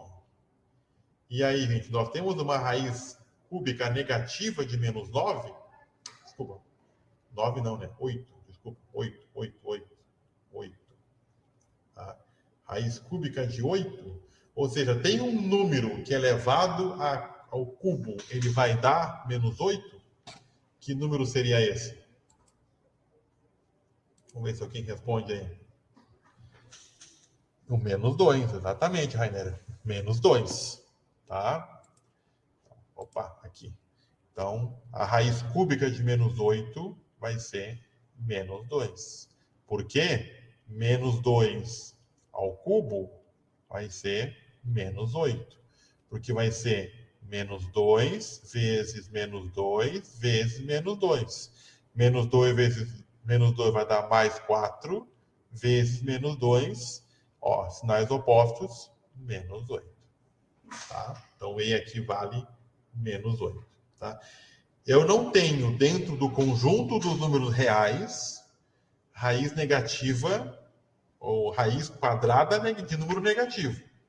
Porque daí eu tenho que partir para os números complexos. Tá? Aí é uma outra conversa, é um outro conjunto numérico.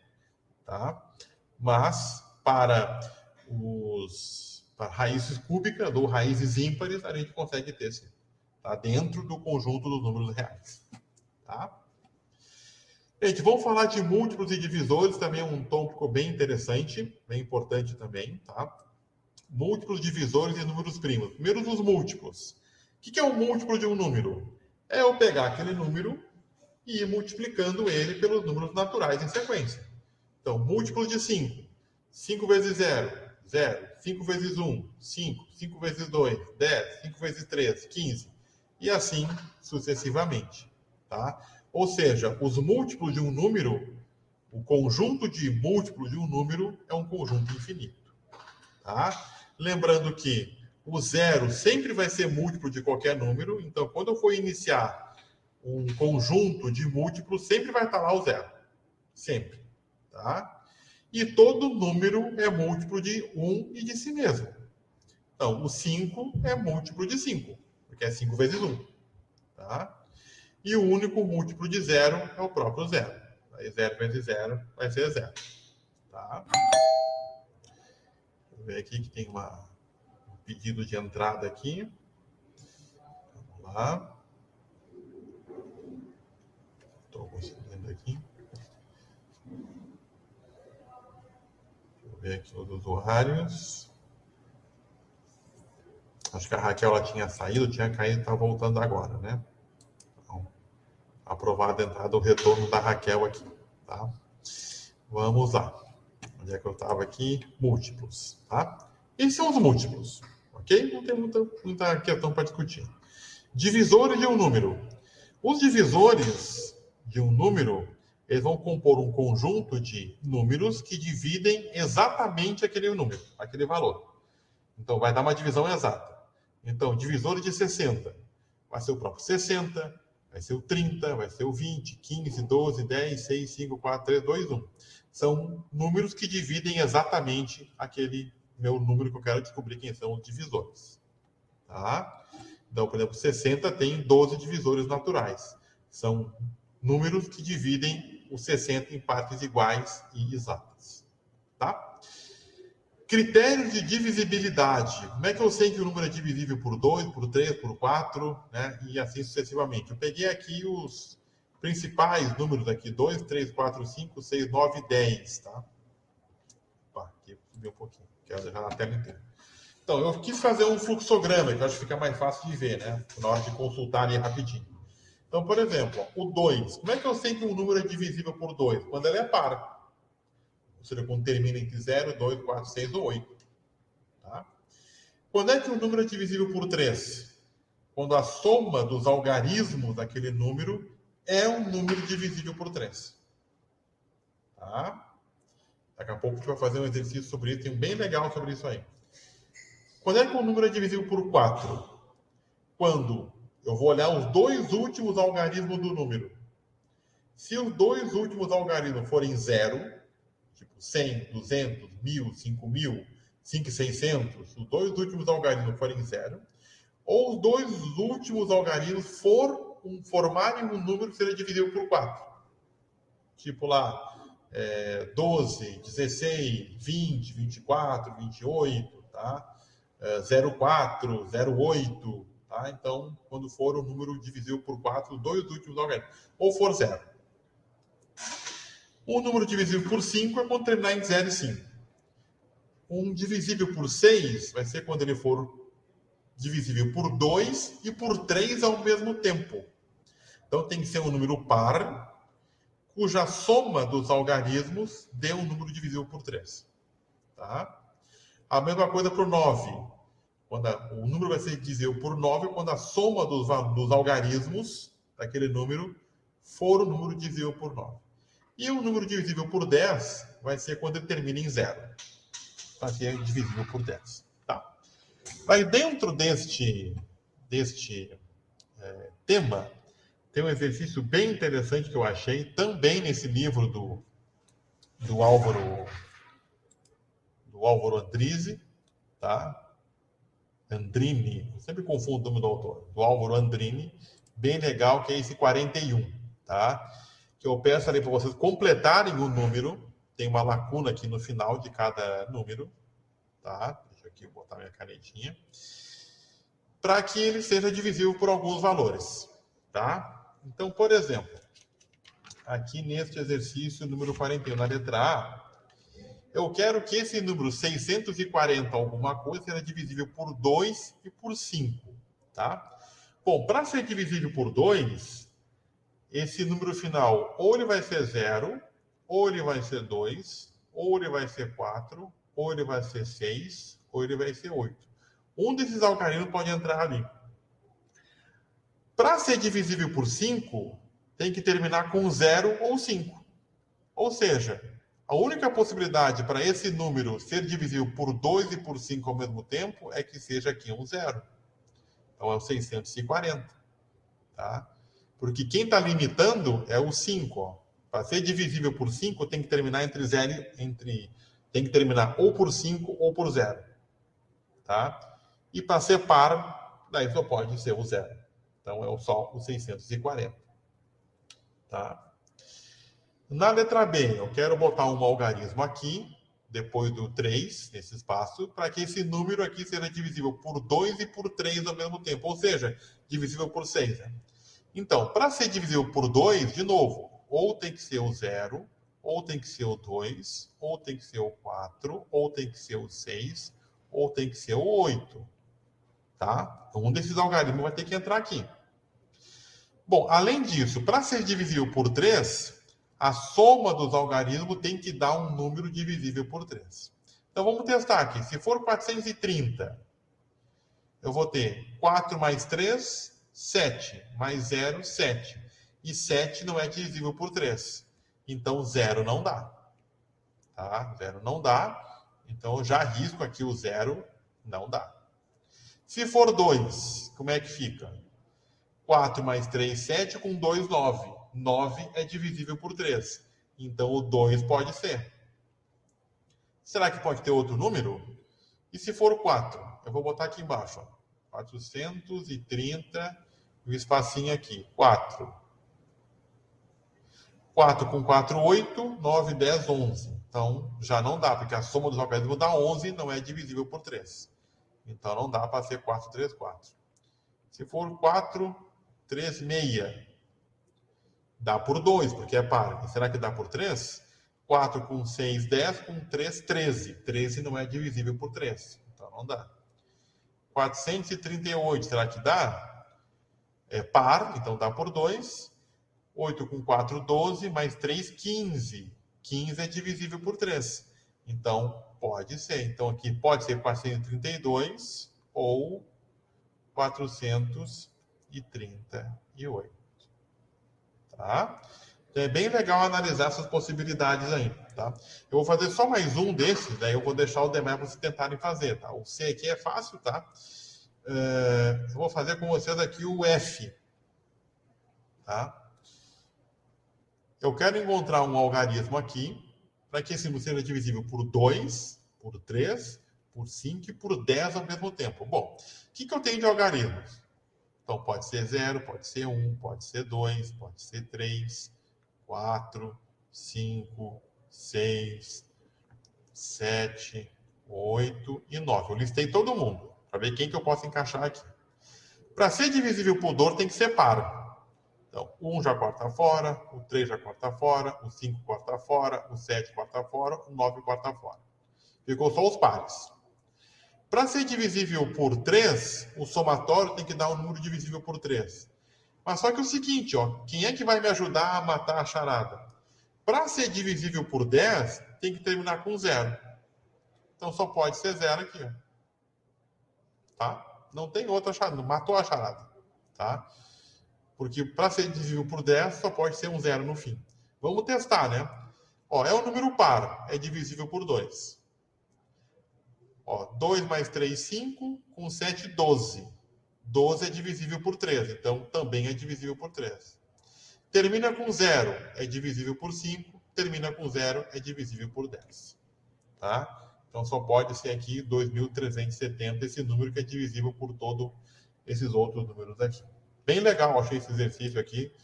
Não sei o que vocês acharam, né, dele, tá? Mas eu acho um exercício bem legal da gente trabalhar. Tá? Deixa eu ver o que tem de notas aqui. Botou a questão 47. Alguém colocou aqui nas notas. Questão 47. Essa eu tinha selecionado também. Uma questão bem legal também, tá? Vamos chegar lá para a gente poder. Já são 8h38, não quero passar das 9, né? Para a gente cumprir o nosso compromisso das 7 às 9 direitinho, tá? Quem tiver outras questões pode botar nas notas aqui, tá? Alguém botou, não aparece quem botou, mas alguém botou questão 47. Vamos deixar aqui, já está selecionada, inclusive, tá? Para a gente poder fazer essa seleção. Alguém botou outra questão aqui, eu vi um sinalzinho de mensagem, vamos ver aqui. Ou alguém levantou a mão. Eu vi um barulhinho, não sei do que significa, mas enfim. Tá? Vamos lá. Seguindo. Ó, tem alguém chegando aqui, que tinha caído e está voltando. Tá? Vou só clicar aqui para receber.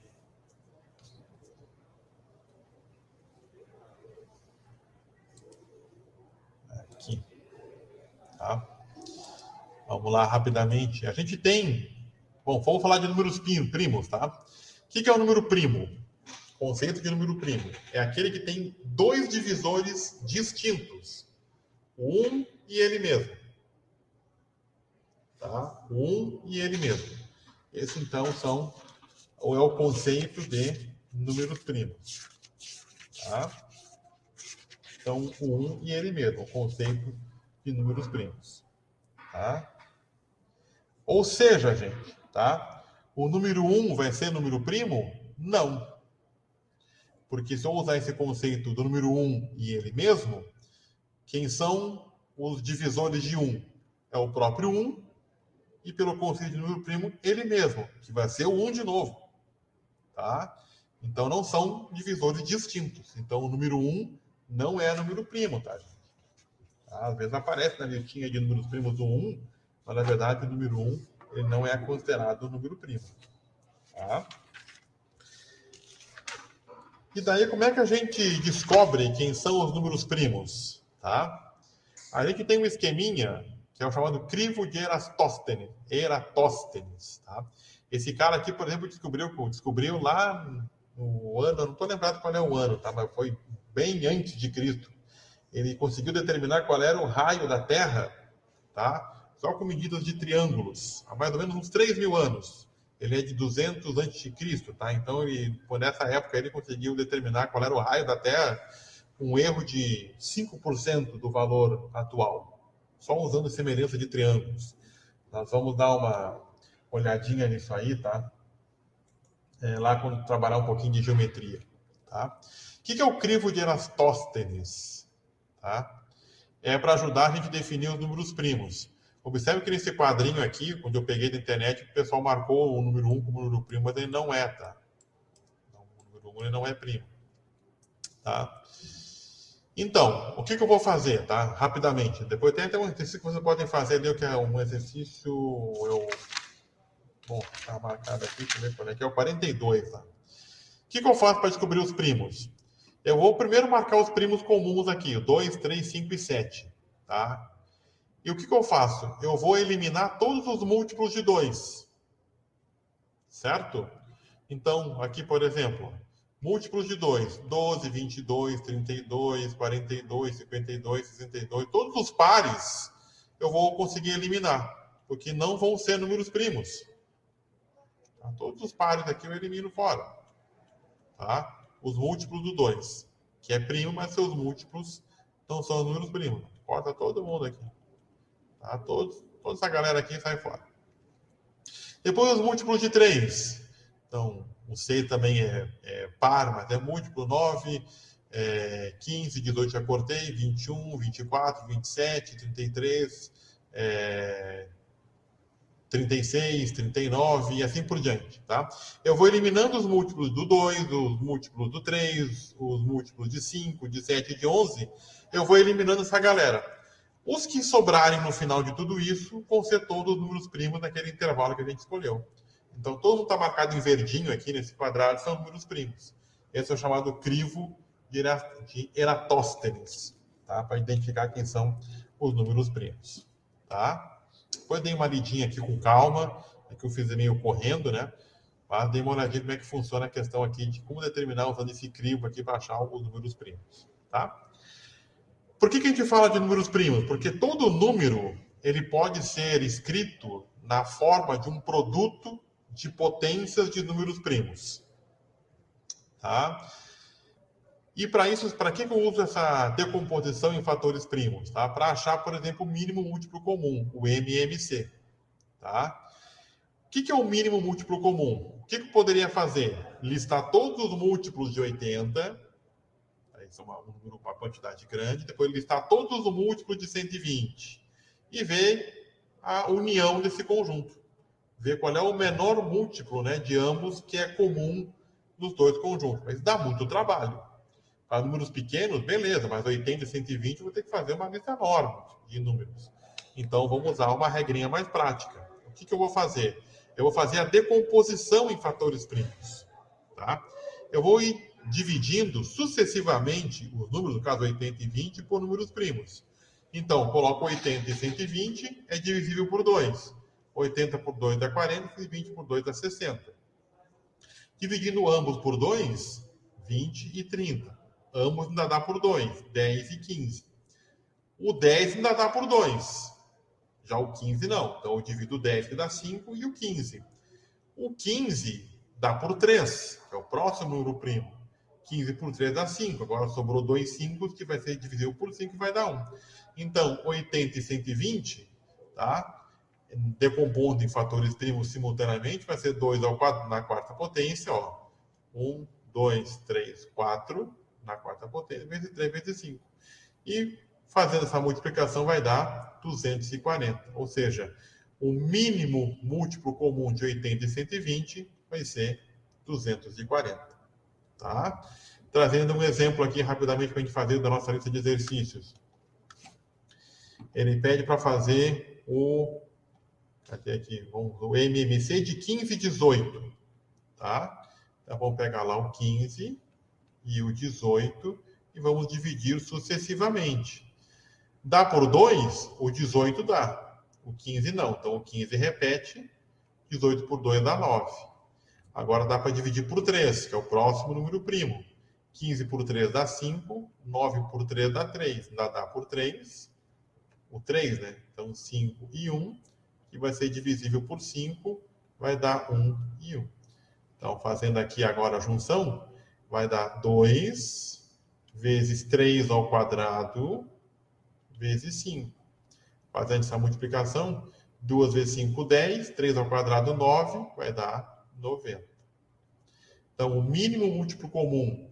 Tá? Então, a gente escreve assim, ó, o mínimo múltiplo comum de 15 e 18 vai ser igual a 90. Tá? Decompondo em fatores primos. Daí, o número pequeno é tranquilo, números maiores vai dar um pouquinho mais de trabalho, mas tá tudo certo. Tá? E depois tem o máximo divisor comum. O que é o máximo divisor comum? É o maior número dentro da lista de divisores daqueles números que estão no problema, que são comuns entre os dois valores. E daí, como é que eu vou fazer? Eu vou fazer a decomposição dos fatores primos dos dois números que eu quero encontrar, o MDC, e eu vou encontrar qual é o fator primo de menor expoente que estão em comum. Então, note que o 2 e o 2 são comuns. Só que aqui 2 na primeira, 2 na segunda. Vou pegar esse 2 aqui do 18. O 3 também é comum em ambos. Ó. Só que esse 3 aqui está na primeira potência. Então, 2 vezes 3, 6. Tá? Vamos fazer um na prática, porque aqui só escrito pode ficar complicado, né? O MDC de 9 e 12, tá? Então, de 9. Então, vamos decompor o 9 em fatores primos. O 9 dá para dividir por 3, tá? Daí dá 3 dividido por 3, que vai dar 1, tá? Então, 9 é 3 ao quadrado, ok, nenhuma novidade. O 12, se eu dividir, for fazer a decomposição do 12, por 2 aqui vai dar 6, divide por 2 vai dar 3, 3 dividido por 3 vai dar 1. Então, o 12 pode ser escrito como 2 ao quadrado vezes 3. Se eu comparar a decomposição dos números, ó, aqui e aqui, quem é que está em comum? É o 3. O 3 aparece aqui e o 3 aparece aqui. Desses dois 3, qual tem o menor expoente? É esse. Tá? É o que está em comum e é esse 3 da primeira potência. Então, no caso, o MDC, máximo divisor comum, de 9 e 12, é exatamente o 3. Tá? Então, esse é o MDC. Para os demais, funciona da mesma maneira. Eu vou decompor e vou ver quais são os fatores que ficam comum em ambas decomposições. Eu vou pegando esses fatores, sempre aquele com menor expoente. Tá? E assim eu consigo decompor. Deixa eu ver se tem mais alguma dúvida aqui. Apareceu aqui, está marcado. Vamos ver.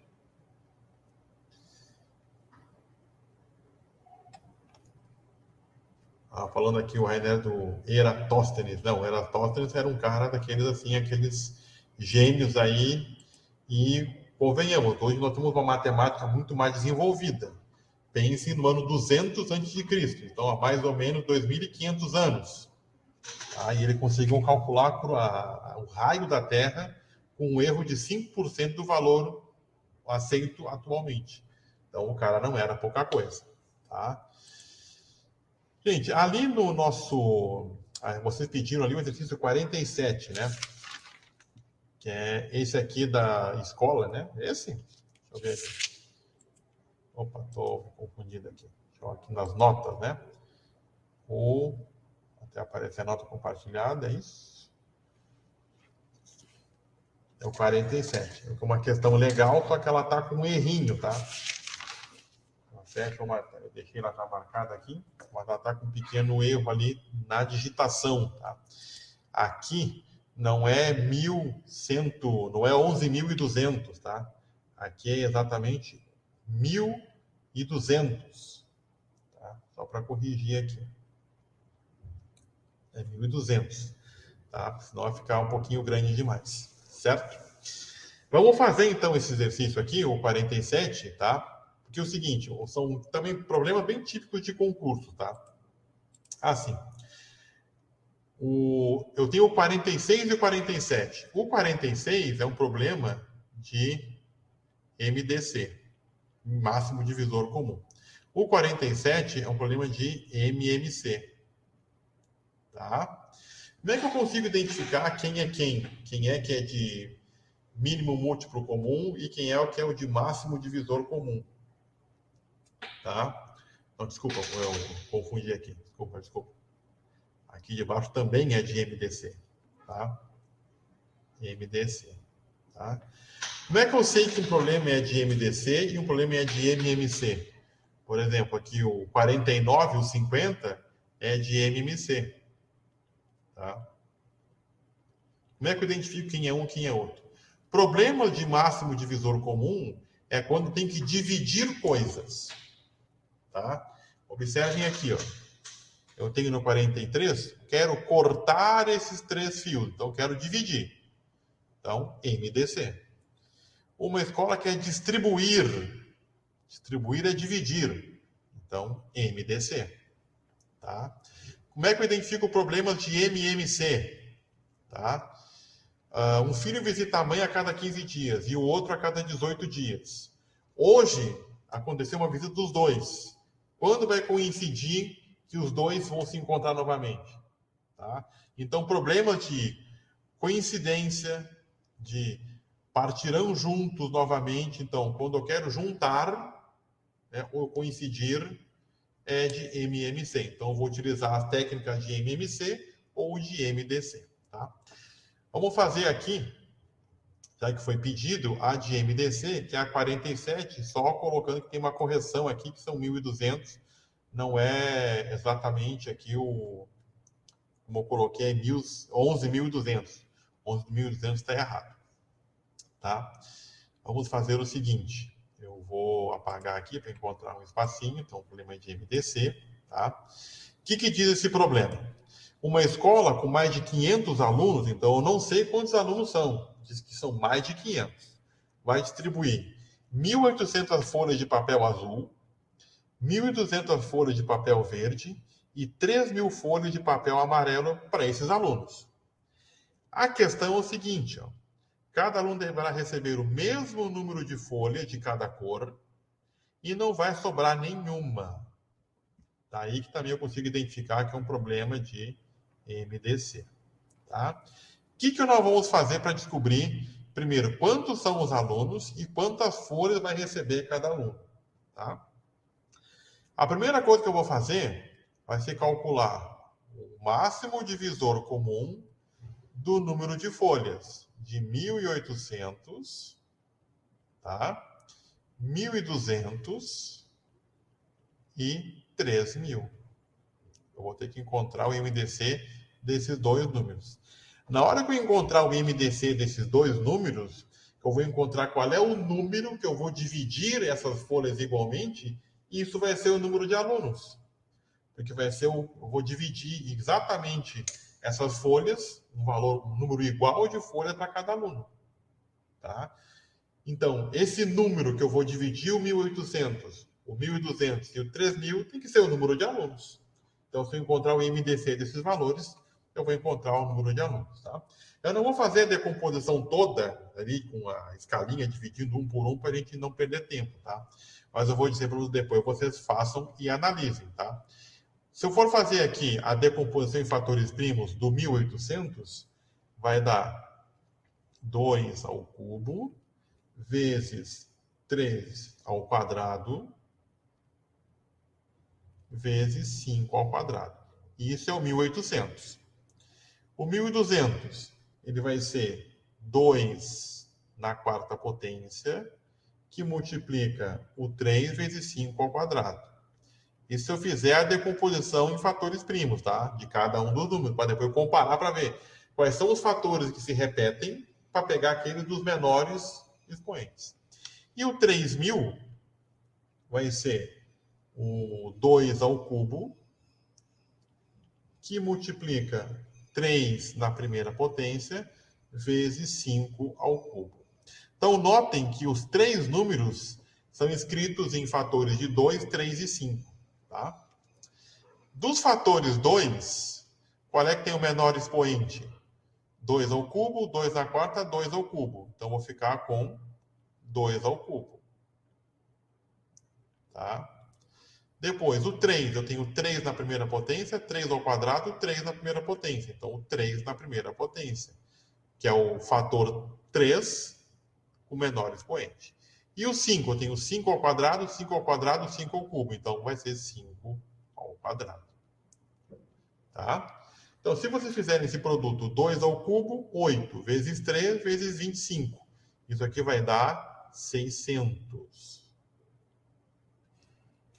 Então, esse é o meu número de alunos. Então, eu tenho 600 alunos nessa minha escola.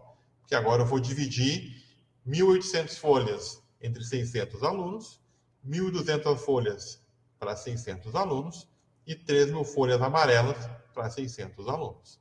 Então, aqui, se eu fizer 1.800 dividido por 600, vão dar exatamente 3 folhas azuis para cada aluno. Tá? Vamos fazer até com a cor, né? Você pode ficar gravadinho ali a cor correspondente, né? Vamos fazer de azul. Então, a folha azul, vamos escrever de azul. Então, vai ser 1.800 folhas dividido por 600 alunos. Faz aquele esqueminha, né? Corto 0, corto 0, corto 0, corto 0, 18 por 6, 3. Então, vou ter 3 folhas azuis para cada aluno. Depois, as folhas verdes. São 1.200 folhas verdes para 600 alunos. Tá? Então, aqui, ó. Corto 0, corto 0, corto 0, corto 0. 12 por 6 dá 2. Então, vou ter 2 folhas verdes para cada aluno. E agora, o amarelo. Eu vou ter 3.000 folhas amarelas para distribuir para 600 alunos. Corto 0, corto 0, corto 0, corto 0. 30 por 6, 5. Então, cada aluno vai receber 3 folhas azuis, 2 folhas verdes e 5 folhas amarelas. No total, eles vão ganhar 10 folhas. Tá? 3 azuis, 2 verdes e 5 amarelas, e não vai sobrar nenhum. Tá? É um problema bem interessante, tá? Um problema aí que eu já vi também cair num concurso uma vez, tá? Claro que daí era com múltipla escolha e tudo mais, mas daí tem essa estratégia. Quando eu quero distribuir, quero dividir, quero cortar várias coisas, tamanhos ou coisas com várias quantidades, é MDC. Tiro o MDC dos números que eu vou saber qual é o valor que eu vou ter que dividir cada número para chegar na quantidade que for necessária. Já quando eu quero juntar, quero coincidir, né, quero unir, é MMC, que é o problema 19, o 49 e o 50. Tá? São exercícios bem interessantes aqui. Tá? Depois eu vou fazer o seguinte, eu vou pegar esse problema, esses 2 problemas de MDC e eu vou resolver num vídeo separado, bonitinho, que aqui ficou meio riscado, tá? Faço bonitinho e os de MMC também eu faço para vocês ali, para não ficar acumulado, a gente não passar do tempo, estamos quase com 9 horas da noite, né? Eu quero também começar pontualmente e terminar pontualmente aqui para todo mundo poder acompanhar. Pessoal, então é o seguinte, tá? Só para a gente finalizar então o nosso encontro, eu vou parar o compartilhamento da tela aqui, tá? Então, o que eu quero dizer para vocês? Deixa eu abrir aqui o meu vídeo, tá? Para vocês poderem me enxergar. Então, deixa eu compartilhar aqui mais uma vez, tá? Então, a gente vai... Terminou esse capítulo 1, certo? Encerramos aqui o capítulo 1, tá? Em termos de conteúdo, certo? Então, terminamos o capítulo 1. Então, vocês já podem começar a fazer o final dos exercícios ali, todos eles, tá? E a partir da semana que vem, vou abrir a tarefa correspondente à avaliação desse primeiro capítulo. Então, semana que vem, hoje é dia 24, estamos em fevereiro. Então, do dia 3 até o dia 9, tá? Vai ficar aberta a tarefa para vocês fazerem dentro aqui do SIGA, dentro do Moodle, tá? Dentro do Moodle. Eu acho que quase todo mundo já está aqui dentro do Moodle. Tem algumas pessoas que estão entrando ainda no curso, né? De repente vai ter que fazer uma recuperação em separado, mas a maioria já está aqui dentro. Tem algumas pessoas que ainda não fizeram a inscrição no SIGA, e também não sei se vão continuar no curso, a gente está tentando resgatar esse público, tá? Para que também todo mundo consiga fazer o curso aqui com a gente. Então, vai ter então você tem os exercícios para fazer, agora já consegue fazer todos eles, todos os 50. E a partir da semana que vem, a partir do dia 3, tá? Deixa eu só olhar aqui o meu calendário para ver se eu não estou fazendo errado. Na verdade, termina 3/3, na verdade, tá? Então, estou confundindo. Então, é o seguinte, a partir... Então, vou deixar aberta... Bom, posso deixar dia 3 para ter mais tempo para fazer. Então, do dia 3 ao dia 9, a gente vai fazer essa avaliação aqui, né? A nossa primeira... Assim, a provinha, a nossa avaliação desse nosso capítulo 1, tá? Então, depois eu vou ajeitar aqui, ó. É que vocês não estão vendo. Deixa eu compartilhar aqui a telinha rapidamente. Tá aqui, informação continuada, partilhada. Está aqui aparecendo para vocês, ó.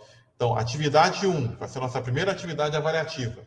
Vai abrir no dia 3 e vai fechar no dia 9. Depois eu vou atualizar aqui para a gente. Tá? Já podemos fazer isso agora. Deixa eu botar aqui no modo de edição. A gente já deixa direitinho. Daí vai ficar aberto para vocês. Vamos aqui, já fazer a edição. Vamos editar aqui ao vivo com vocês vendo. Tá? Cadê? Então, vai abrir no dia 3 do 3 e vai fechar no dia 9 do 3. Tá? Ele fecha automático, tá? Então, eu vou deixar aberto a partir da meia-noite e 1 do dia 3 até 23h59 do dia 9. Então, vai ter todos esses dias para vocês poderem fazer a atividade. Tá? Deixa eu fechar aqui, salvar e voltar para o curso. Certo?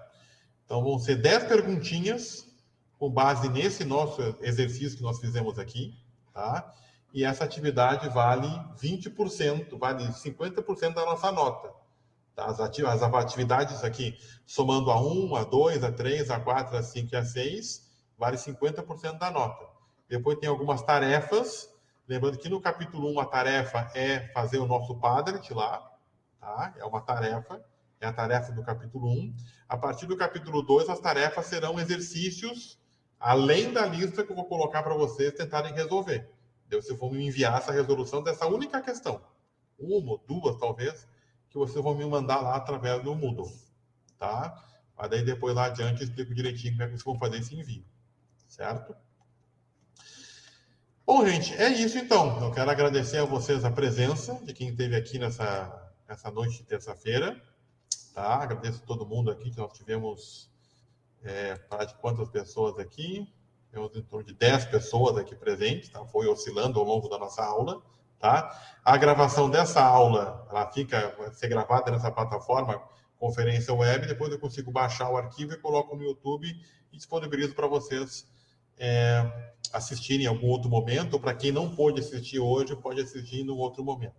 E também me comprometo, essas duas questões de MDC e as duas de MMC, que eu acho que são as mais complicadinhas desse capítulo 1, eu vou fazer em videozinhos separados, assim, num quadro, e depois eu publico para vocês poderem ter acesso a essa questão também. Certo, gente? Muito obrigado. Passamos um pouquinho, são 9h04. Agradeço a presença de todo mundo aqui. Muito boa noite. Tenham uma boa semana. E agora podem resolver lá toda a listinha de exercícios. Quem tiver dúvida em alguma questão, pode mandar lá no fórum de dúvidas. Pode mandar pelo WhatsApp também. Eu vejo ali e dou uma sugestão, oriento vocês a fazerem também a tarefa. Tá, gente? Obrigado pela presença. Uma boa noite, uma boa semana. E a nosso próximo encontro síncrono vai ser hoje, dia 24, dia 10 de março. 10 de março nós vemos novamente aqui no mesmo horário, nesse mesmo endereço, tá? Vai ser sempre esse mesmo endereço aqui do Conferência Web, certo, gente? Obrigado, boa noite e até a próxima.